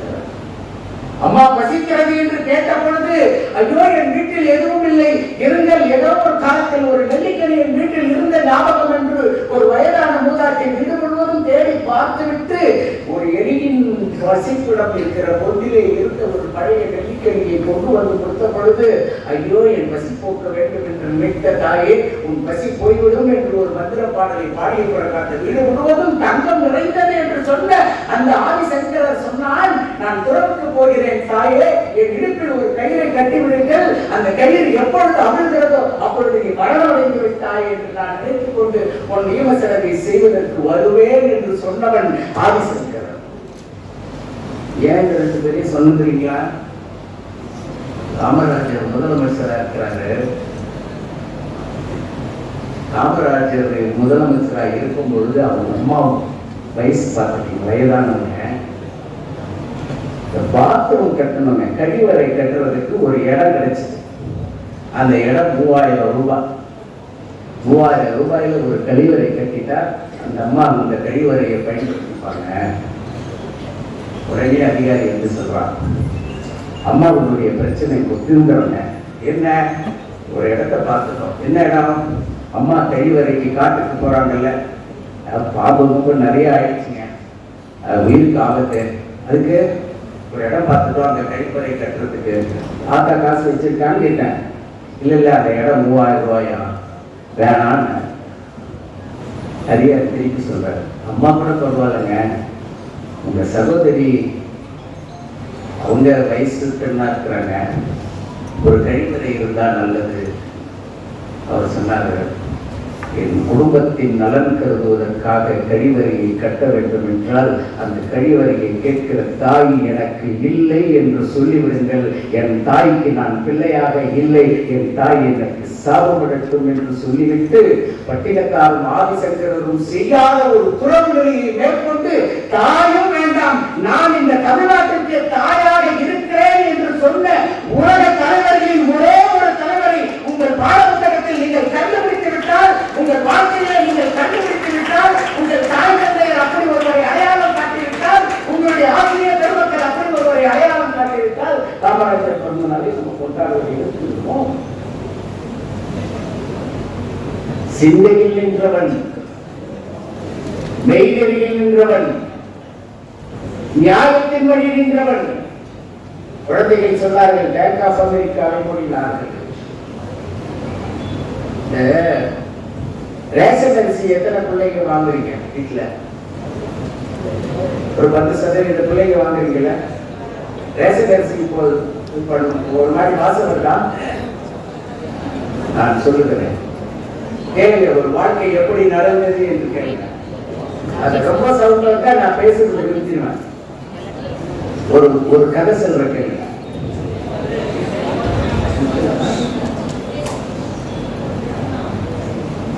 ஒரு 2 செய்தி சொல்லி முடிக்க கொஞ்சம் பொறுமையாக. ரேஷன் அரிசிலாம் கர்ப்பகிரக காலத்துல வந்து ரொம்ப வாசம் அடிக்குங்க, அதை கொஞ்சம் கிட்ட எடுத்துட்டே வர முடியாது. அப்படிதான் அந்த அரிசி கிடைச்சது. பாலிஷ் பண்ண முடியாத அரிசி. இப்ப எல்லாத்தையும் பாலிஷ் பண்ணிடுறாங்க. இன்றைக்கு ஒரு வாரத்திற்கு ஒரு முறையாவது பொள்ளாச்சி பக்கம், நீலகிரி பக்கம், கன்னியாகுமரி பக்கம் ரேஷன் அரிசி கடத்தலை தடுத்து நிறுத்துகிறாங்க. எங்க பேப்பர்ல பார்ப்பீங்க, ரயில் நிலையத்தில் அனாதையாக 100 டன் அரிசி இருந்தது, 50 டன் அரிசி இருந்தது. இதெல்லாம் எங்க போகுது அப்படின்னு நான் கேட்டேன். ஏன்னா எங்களுக்கு ரிப்போர்ட் வரும், நாங்கள் அரசு வழக்கு அது ஒன்றும் இல்லைங்க, கேரளாவுக்கு போகுது. கேரளாவுக்கு எதுக்கு போகுது? அது கோழிக்கு தீவனமாக போடுவாங்கங்க, மாட்டுக்கு தீவனமாக போடுவாங்க. மனுஷால் சாப்பிட மாட்டேன், ரேஷன் அரிசி சாப்பிட மாட்டேன். ரேஷன் அரிசி கடத்தப்படுவது கோழிகளுக்கும் மாடுகளுக்குமான நிலையை தர்மவீரர் காமராஜர் முதலமைச்சராக இருந்த காலத்தில் நாற்றமடித்த ரேஷன் அரிசியை தான் சாப்பிட்டார் என்றால் ஒரே ஒரு முதலமைச்சர் அப்படி எளிமையாக இருந்தான் என்று சொல்லிவிட முடியுமா? யாருக்கு சாப்பிட்டார்? சொத்து சேர்த்து கொண்டாடி கொடுப்பதற்கா? சொத்து சேர்த்து தாய்க்கு கொடுப்பதற்கா? அண்ணன் தம்பிக்கு கொடுப்பதற்கா? யாருக்காக அப்படி சிக்கனமாக இருந்தார்? அவர் சிக்கனம் செய்த ஒவ்வொரு காசிலும் தான் இந்த நாட்டில் ஒவ்வொரு குழந்தையும் படித்திருக்கிறது, ஒவ்வொரு குழந்தையும் உயர்ந்திருக்கிறது. இதே வட சென்னையிலே 90 வயதிலே ஒரு மருத்துவர் 7-8 மாதத்திற்கு முன்பு இறந்தார். அவருக்கு பேர் என்னங்க? 10 ரூபாய் டாக்டர். 5 ரூபா டாக்டர், 10 ரூபா டாக்டர். அந்த 10 ரூபா டாக்டர் நெகிழ்ச்சியோடு சொன்னார். அவரை நிருபர்கள் கேட்ட பொழுது, நீங்க 5 ரூபாய்க்கு வைத்தியம் பண்றீங்க, 10 ரூபாய்க்கு வைத்தியம் பண்றீங்க, தள்ளாத வைத்தியம் பண்றீங்க, இது எப்படிடா உங்களுக்கு சாத்தியமாச்சு டாக்டர் அப்படின்னா அவர் சொன்னாரு, நான் வந்துங்க எங்க அப்பா தான் படிக்கல, எங்க தாத்தா பாட்டி படிக்கல, எங்களுக்கு வந்துங்க ஓஎஸ்எல்சின்னு சொல்லுவாங்க, ஓல்டு எஸ்எஸ்எல்சி, அதுதான் நான் வந்து 11 வருஷம் படிக்கணும், அதுதான் நான் படித்தேன். நீ நல்லா படிக்கிறியே, ஏன் டாக்டருக்காக போகக்கூடாது அப்படின்னு எங்கள் தலைமை வாரியார் கேட்டார். அது எனக்கு எங்கள் வீட்டில் அப்படி சரிப்படாதுங்க, நான் கர்நாடகம் கட்டிட்டு மில்லுக்கு வேலைக்கு போகிறேங்கன்னு சொன்னேன். இல்லை நீ வா அப்படின்னு தலைமை ஆசிரியர் விட்டுட்டு முதலமைச்சர் கிட்ட போனாங்க. சரி, அவருடைய நேரடி பார்வையில எனக்கு ஒரு சீட் கிடைச்சது. அது எப்படி சீட் கிடைச்சது? தர்மவீரர் காமராஜர் ஒரு முக்கிய சொல்லிருக்கார். அது என்ன அப்படின்னா, 10 சீட்டு தமிழக முதல்வர் ஒதுக்கலாம் டாக்டர். இந்த 10 சீட்டுக்கு நிறைய பேர் கேட்கிறாங்க. என் பிள்ளை 75 இருக்கு, என் பிள்ளை 80 இருக்கு, என் பிள்ளை காங்கிரஸ் தலைவருடைய பிள்ளை எல்லாம் கேட்கிறாங்க. இதுக்கு என்ன முடிவு பண்றதுன்னு அதிகாரிகளால் முடிவெடுக்க முடியாத சூழ்நிலையில எப்படி நீதி நேர்மையோட ஒரு அரசு இயங்கி இருப்பாங்க. மொத்த ஃபைல் வாங்கியிருக்கிறார், 550 பேர் அதுல மாணவர்கள். நேரம் வந்தாரா, 5 நிமிடத்துக்கும் குறைவாக 10 பேரை தேர்ந்தெடுத்துட்டு போயிட்டாராம். 10 பேரை அறிவிச்சிட்டாங்க. அந்த டாக்டர் சொல்றாரு, ஒன்றும் இல்லைங்க, இந்த 10 பேரையும் எப்படி செலக்ட் பண்ணீங்க அப்படின்னு அவர்கிட்ட கேட்டாங்க. அவர் தர்மவீரர் சொன்னார், ஒன்றும் இல்லைங்க, அந்த விண்ணப்பத்தை பார்த்துக்கிட்டே வந்தேன், எவன் கையெழுத்து போட்டிருக்கிறானோ அப்பன்னு அம்மானு பாதுகாவலர்னு அதெல்லாம் ஒதுக்கிட்டேங்க, எவன் கை நாட்டு வச்சிருக்கிறானோ அந்த அந்த விண்ணப்பத்தெல்லாம் தேர்ந்தெடுத்துட்டேங்க. கை நாட்டுக்குள்ள டாக்டராக போன கை நாட்டு பிள்ளை டாக்டராக வந்த காரணத்தினாலே தான் 5 ரூபாய்க்கும் 10 ரூபாய்க்கும் இலவச வைத்தியம் இந்த நாட்டிலே நடந்து கொண்டிருந்தது. இப்போ சொல்லுங்க, இப்போ படிக்கிற டாக்டர் கிட்ட நீங்க 500 ரூபாய் இல்லாம பார்க்க முடியுமா?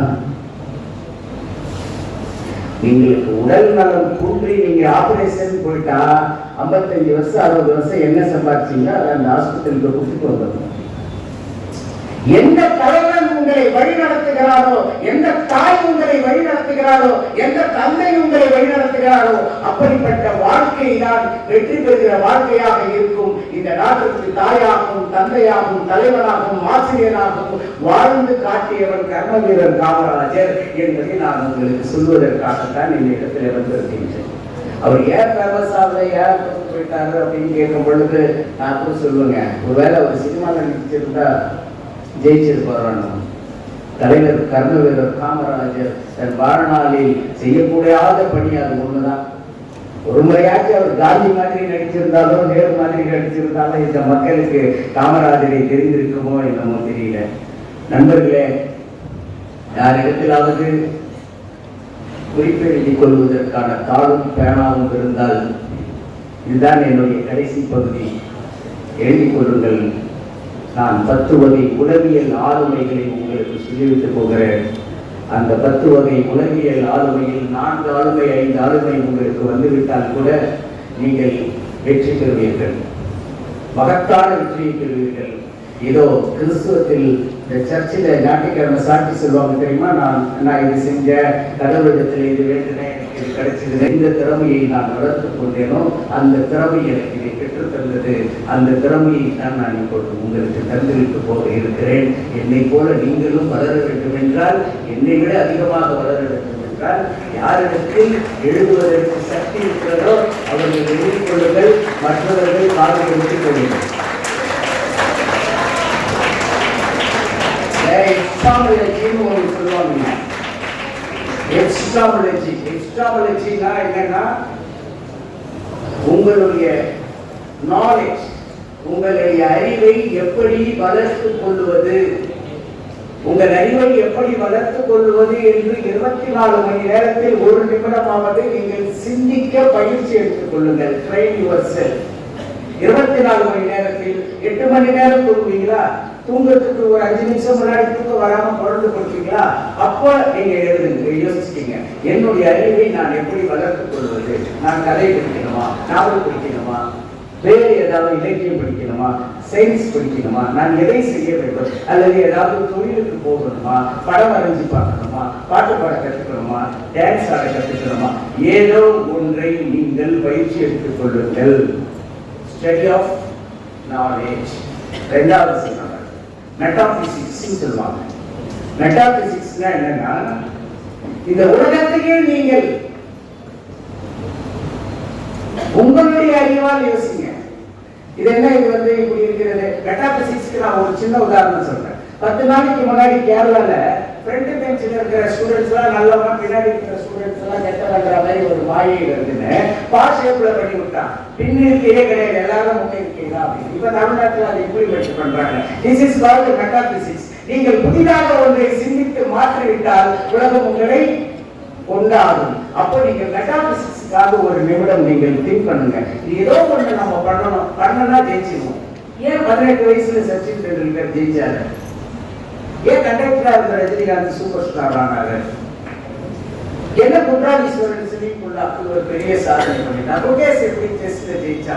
ஏதோ ஒன்றை நீங்கள் ஒரு நாளில் ஒரே 1 நிமிடம் சிந்தித்தால் உங்களுக்கு அதற்கான விஷயம் கிடைத்துவிடும்.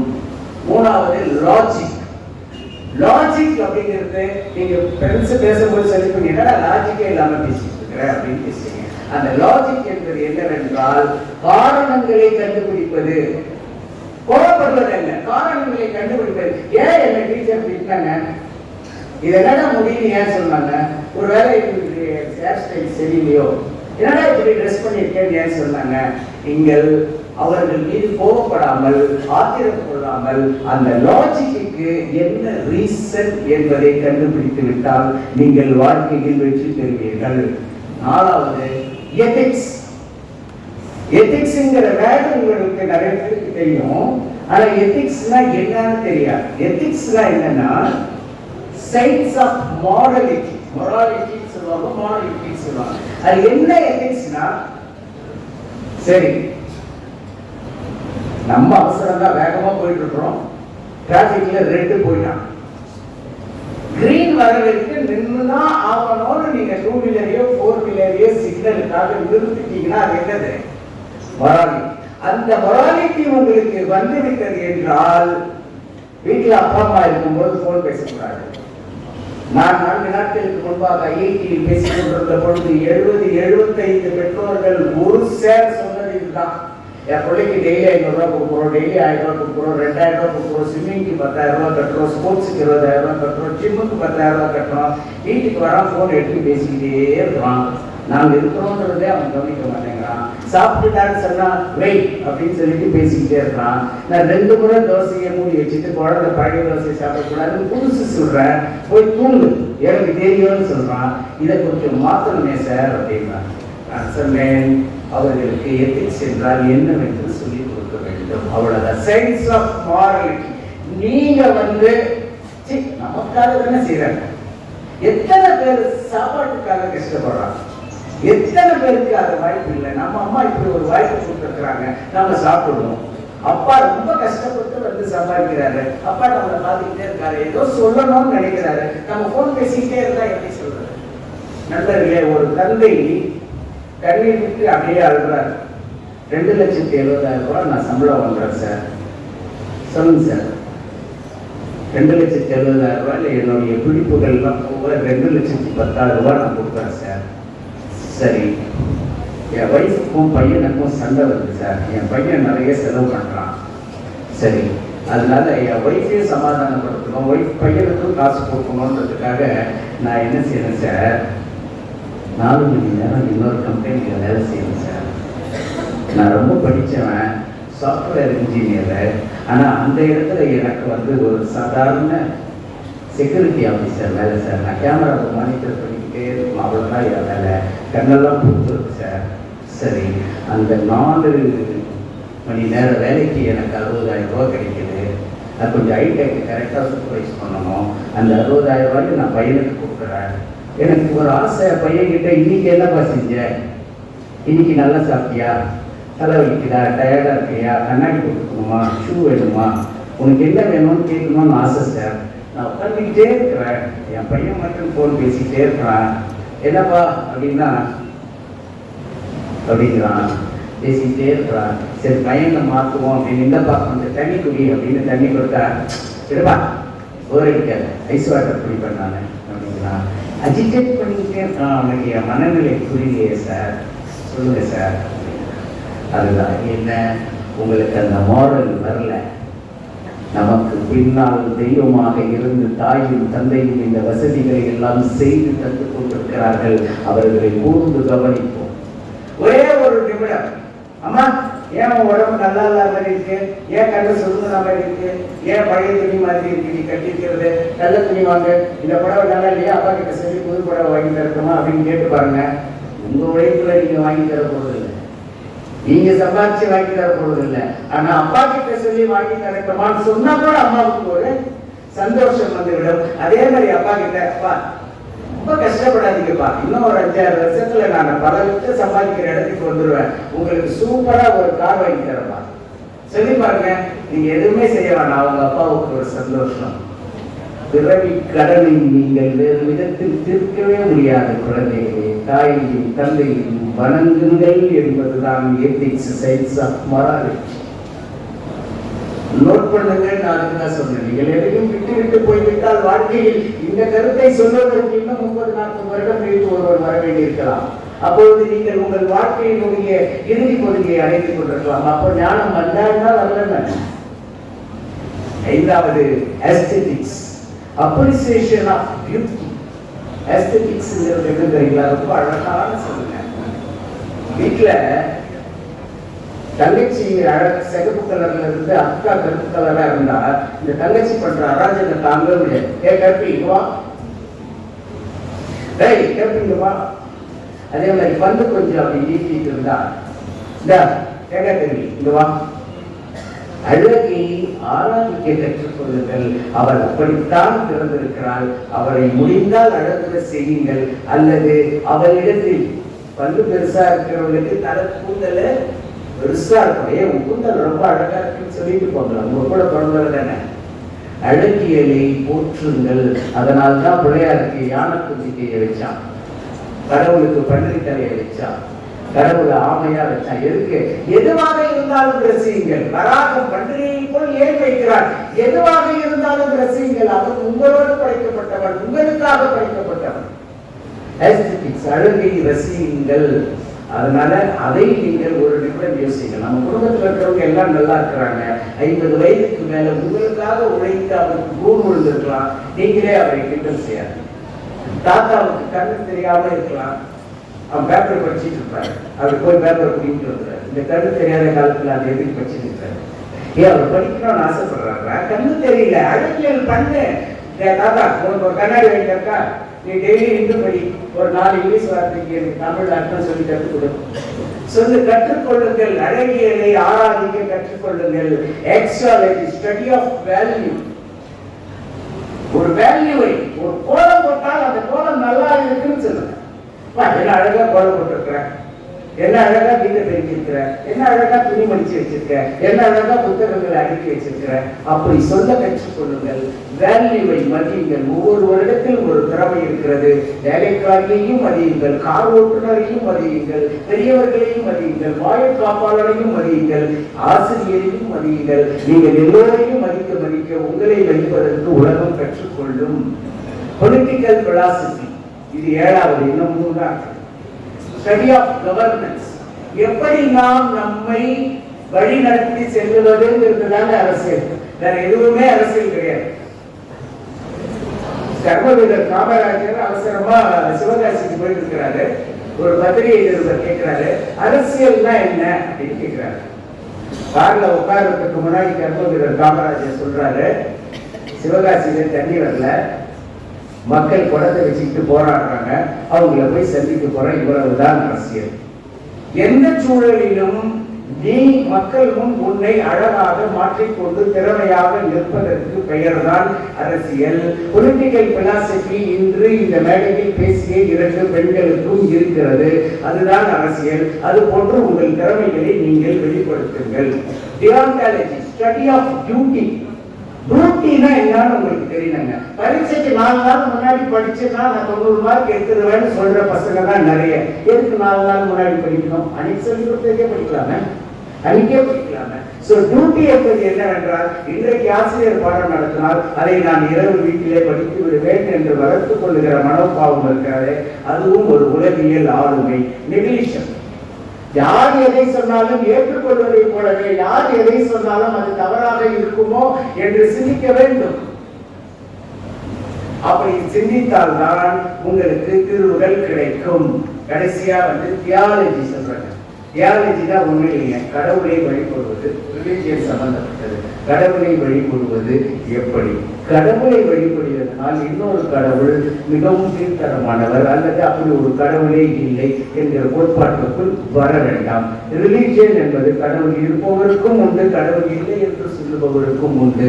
இந்த 10 உலகியல் ஆளுமைகளையும் ஏன் நான் உங்களுக்கு கற்றுத்தந்தேன் என்றால், கர்மவீரர் காமராஜரை குறித்து ஒரு ஆராய்ச்சி கட்டுரை எழுதிய ஆங்கில பத்திரிகை நிறுவனம் இந்த 10 ஆளுமைகளையும் குறிப்பிட்டு உலகில் ஒரு சில மனிதர்களால் மட்டுமே இந்த 10 ஆளுமைகளும் கொண்ட தலைவர்களாக இருக்க முடியும்.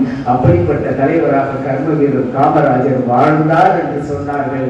இதோ என் முன்னால் இருக்கிற நீங்கள் அத்தனை பேரும் இந்த 10 ஆளுமைகளில் 2-3 ஆளுமைகளை பெற்றவர்களாக இருந்தால் கூட வெற்றி வீரர்களாக வலம் வருவீர்கள்.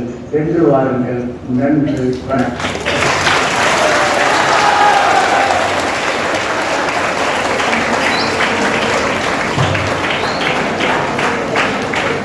இளநிலை கல்லூரி 2ஆம் பரிசு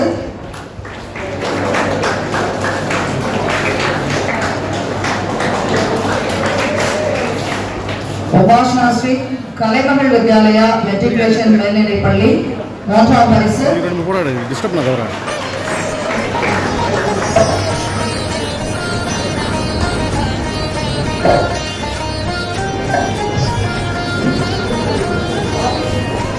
ஷாகித் ஜி ரேவ் பத்மநாபா செட்டிஸ் மெட்ரிகுலேஷன் மேல்நிலை பள்ளி சிறப்பு பரிசு. மோனிஷ் கார்ஜே நேரு மெட்ரிகுலேஷன் மேல்நிலை பள்ளி சிறப்பு பரிசு. மாணவர்கள் சற்று விரைவாக அந்த பரிசினை பெற்றுக் கொள்ளுமாறு அன்போடு கேட்டுக்கொள்கிறோம்.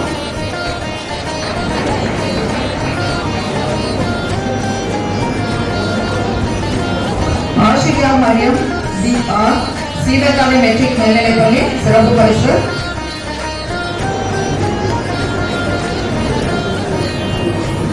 மறுவரசி டி சவுந்தரபாணி சுப்பம்மாள் மகளிர் மேல்நிலை பள்ளி சிறப்பு பரிசு.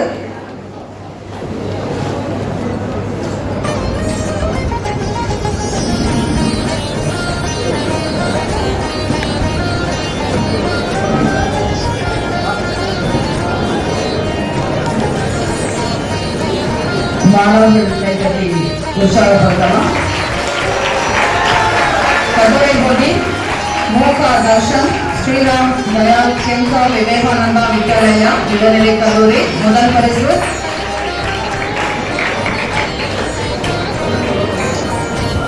சே மோகிதா மேரூர் பத்மநாபா செட்டிஸ் மெட்ரிகுலேஷன் மேல்நிலைப்பள்ளி 2ஆம் பரிசு.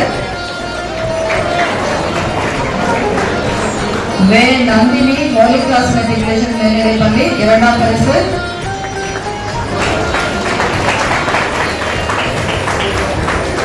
பிரவீன் ஜே PAK பழனிசாமி மேல்நிலைப்பள்ளி 3ஆம் பரிசு. ஜனனி எஸ் ஷேபா மெட்ரிகுலேஷன் மேல்நிலைப்பள்ளி சிறப்பு பரிசு.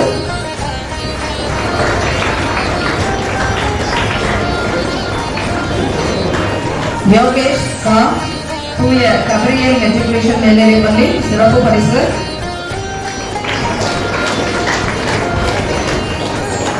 ராஜேஷ் எம் கோசி சங்கலிங்க நாடார் மேல்நிலைப்பள்ளி ஆண்கள் பிரிவு சிறப்பு பரிசு.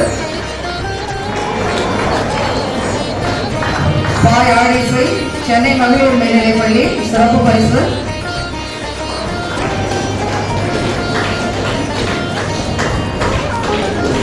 ஓவிய பதி பிரியதர்ஷினி முருகதனுஷ்கோடி மகளிர் மேல்நிலைப்பள்ளி முதல் பரிசு.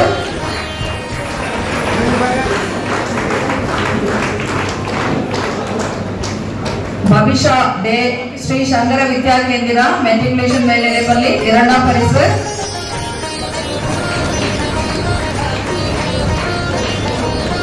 சந்தியா எம் TSC ராஜா மகளிர் மெட்ரிகுலேஷன் மேல்நிலைப்பள்ளி 3ஆம் பரிசு.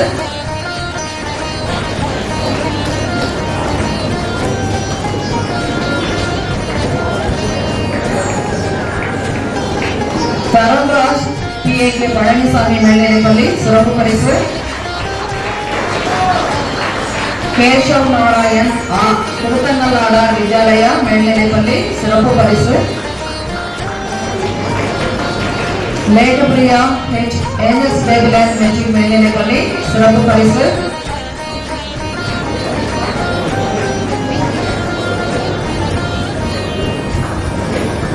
ருத்ரேஸ்வர் என் சென்ட் பீட்டர்ஸ் மேல்நிலைப்பள்ளி சிறப்பு பரிசு.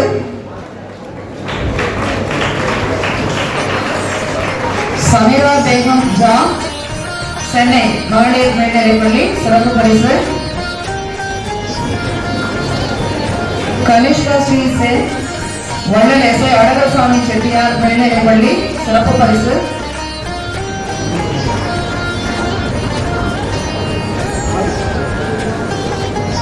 நித்யஸ்ரீ எஸ் விக்டரி மெட்ரிகுலேஷன் மேல்நிலைப்பள்ளி சிறப்பு பரிசு.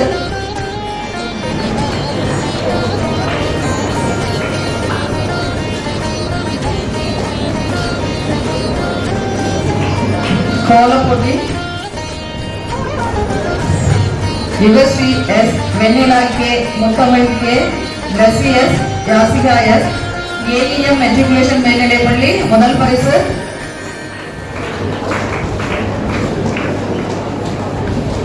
Harini R Kamatchi R Samitha M Samiksha J Dharani Sri J Kalaimagal Vidyalaya matriculation மேல்நிலைப்பள்ளி 2ஆம் பரிசு.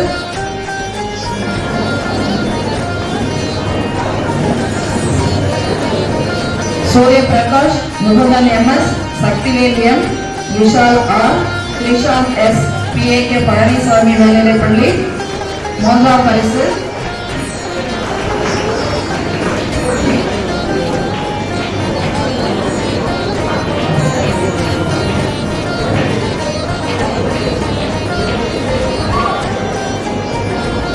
சாதனாவி கீர்த்திகா S கௌசல்யா K தேவன் ஸ்ரீகுமாரி C பாத்திமா S சென்னை துறைமுக கப்பற்கூட கல்வி அறக்கட்டளை மேல்நிலைப்பள்ளி சிறப்பு பரிசு.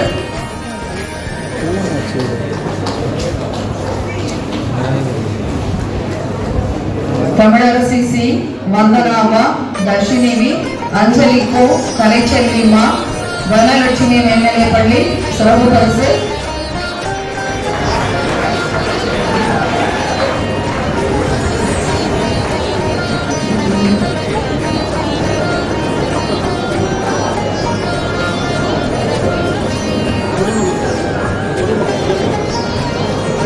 கோமதேவி Nivetha S Jeevitha G Sridevi V மோகன பிரியா A சௌந்தரபாணி சுபவாள் மகளிர் மேல்நிலைப்பள்ளி சிறப்பு பரிசு.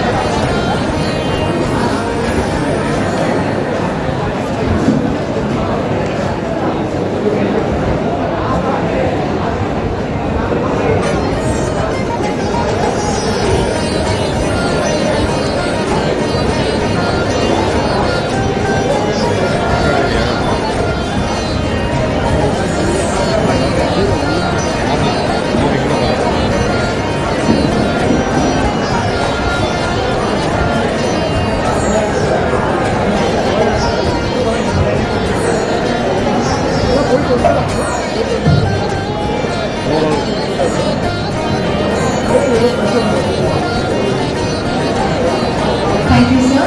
May I now request our presiding celebrity, Sri ASK Germany, sir, to distribute the overall shields.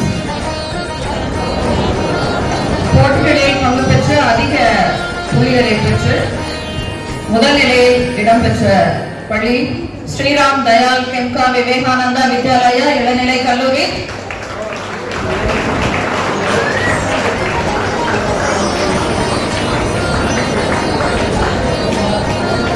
மாணவர்களோடு ஆசிரியரும் வந்து கேடயத்தை பெற்றுக் கொள்ளலாம்.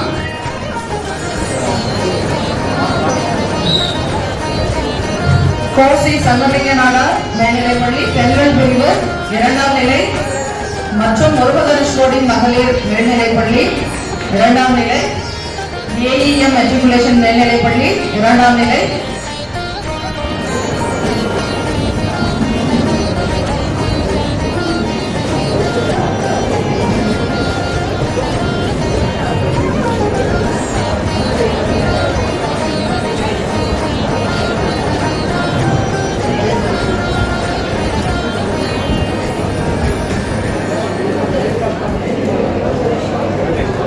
முருகதனுஷ் கோடி மகளிர் மேல்நிலைப்பள்ளி.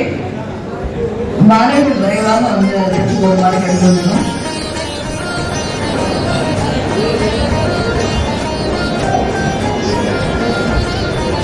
அடுத்ததாக ஏஇஎம் மெட்ரிகுலேஷன் மேல்நிலைப்பள்ளி.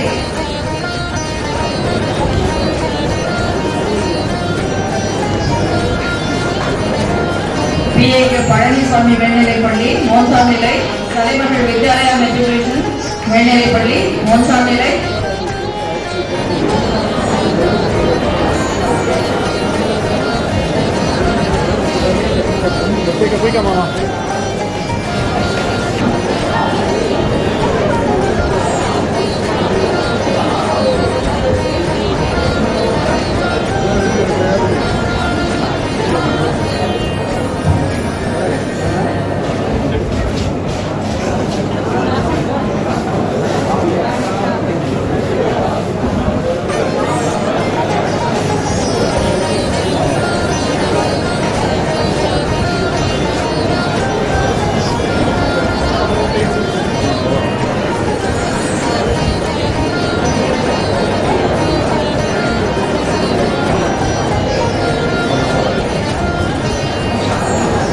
நன்றியுரையாற்ற அன்போடு அழைக்கின்றோம். அபிவிருத்தி கருவப்பட்டு வாக்கியப்பட்ட தேசிய ராசினார் கலை மற்றும் அறிவியல் பள்ளியின் காமராஜர் விழா இன்று நடைபெற்றுக் கொண்டது. அந்த விழாவில் கூடியிருக்கும் அனைத்து அன்பு உள்ளங்களுக்கும் என் இனிய காலை வணக்கங்கள். மதிய உணவு திட்டத்தின் தந்தையாகவும் மனிதாபிமானம் கொண்ட தென்னாட்டு காந்தியாகவும் விளக்கிய பெருந்தலைவர் காமராஜர் தன்னை போட்டே பிறரை வருந்துவர். காலங்கள் கரைந்தாலும் என்றும் எங்கள் கருப்புவதத்தின் மதிப்பு குறையாமல் அதிகரித்துக் கொண்டே இருக்கும். அத்தகைய கர்மவீரர் காமராஜரின் பிறந்த தின விழாவில் வரவேற்புரை நல்கிய நம் கல்லூரியின் செயலாளருக்கும் நிர்வாக பெருமக்களுக்கும் மற்றும் நம் கல்லூரி உறுப்பினர்களுக்கும் எங்கள் நன்றிகள். தாம் பிரிந்து என்று கருவம் கொள்ளாத அண்ணாவின் பிறந்த தின விழாவிற்கு தலைமையேற்று சிறப்பித்து தந்த நம் கல்லூரியின் உறுப்பினர் திரு ஏஎஸ்கே ஏமணி அவர்களுக்கும் எங்கள் நெஞ்சார்ந்த நன்றியை தெரிவித்துக் கொள்கிறோம். காமராஜர் அவர்கள் தமிழ்நாட்டை மட்டும் ஆட்சி செய்வார்கள். தமிழ் மனங்களையும் ஆட்சி செய்த பெருந்தகையாளர்.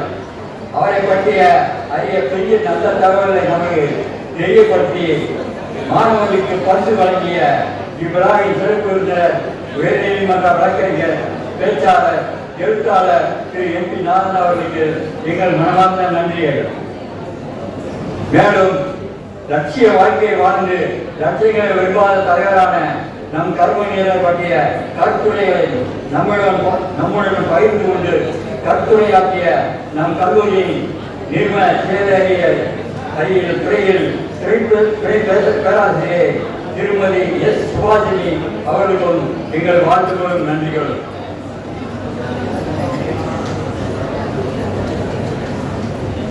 ஏழை எளிய மக்கள் வாழ்வில் ஏற்றம் காண சேவை செய்த பெருந்தலைவர் பற்றிய கருத்துக்களை அருமையான ஆங்கிலத்தில் நம்முடன் பகிர்ந்து கொண்ட நம் கல்லூரியின் முதல்வர் முனைவர் சோபா எட்கர் அவர்களுக்கு எங்கள் நன்றிகள்.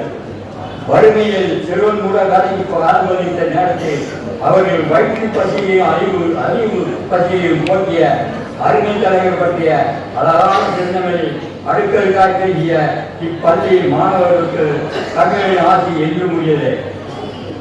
மேலும் இந்த காமராஜர் ஒரு புதுமைக்க வேண்டும் என்று எங்கள் கல்லூரியின் செயலரும் முதல்வரும் செயல்பட அது மாணவ செல்வங்களில் ஒருவராக தொகுப்பாணி 3ஆம் ஆண்டு வணிகவியல் துறை சர்மிளா அவர்கள் இன்று தொகுப்புரை வழங்கி கொண்டிருக்கிறார். அவர்களுக்கு வாழ்த்து நன்றியை தெரிவிப்போம் என்று கைதை ஆரவாரம் கொண்டு சேர்க்கின்றோம். மேலும் இவ்விழா இனிதே நடந்தேற உறுதுணையாக நின்ற போட்டியில் பங்கேற்ற பள்ளியின் நிர்வாகத்தினருக்கும் ஆசிரியர் பெருமக்களுக்கும் போட்டிகளில் பங்கேற்று வெற்றி பெற்ற மாணவ செல்வங்களுக்கும் நம் கல்லூரியின் பேராசிரியர் பெருமக்களுக்கும் அலுவலக பணியாளருக்கும் எங்கள் நன்றிகளை கூறி விடைபெறுகிறேன். நன்றி, வணக்கம். நன்றியுரையாற்றிய ஐயாவுக்கு நன்றி. இறுதியாக நாட்டுப்பண் பாட வருகின்றனர் நம் கல்லூரி மாணவிகள்.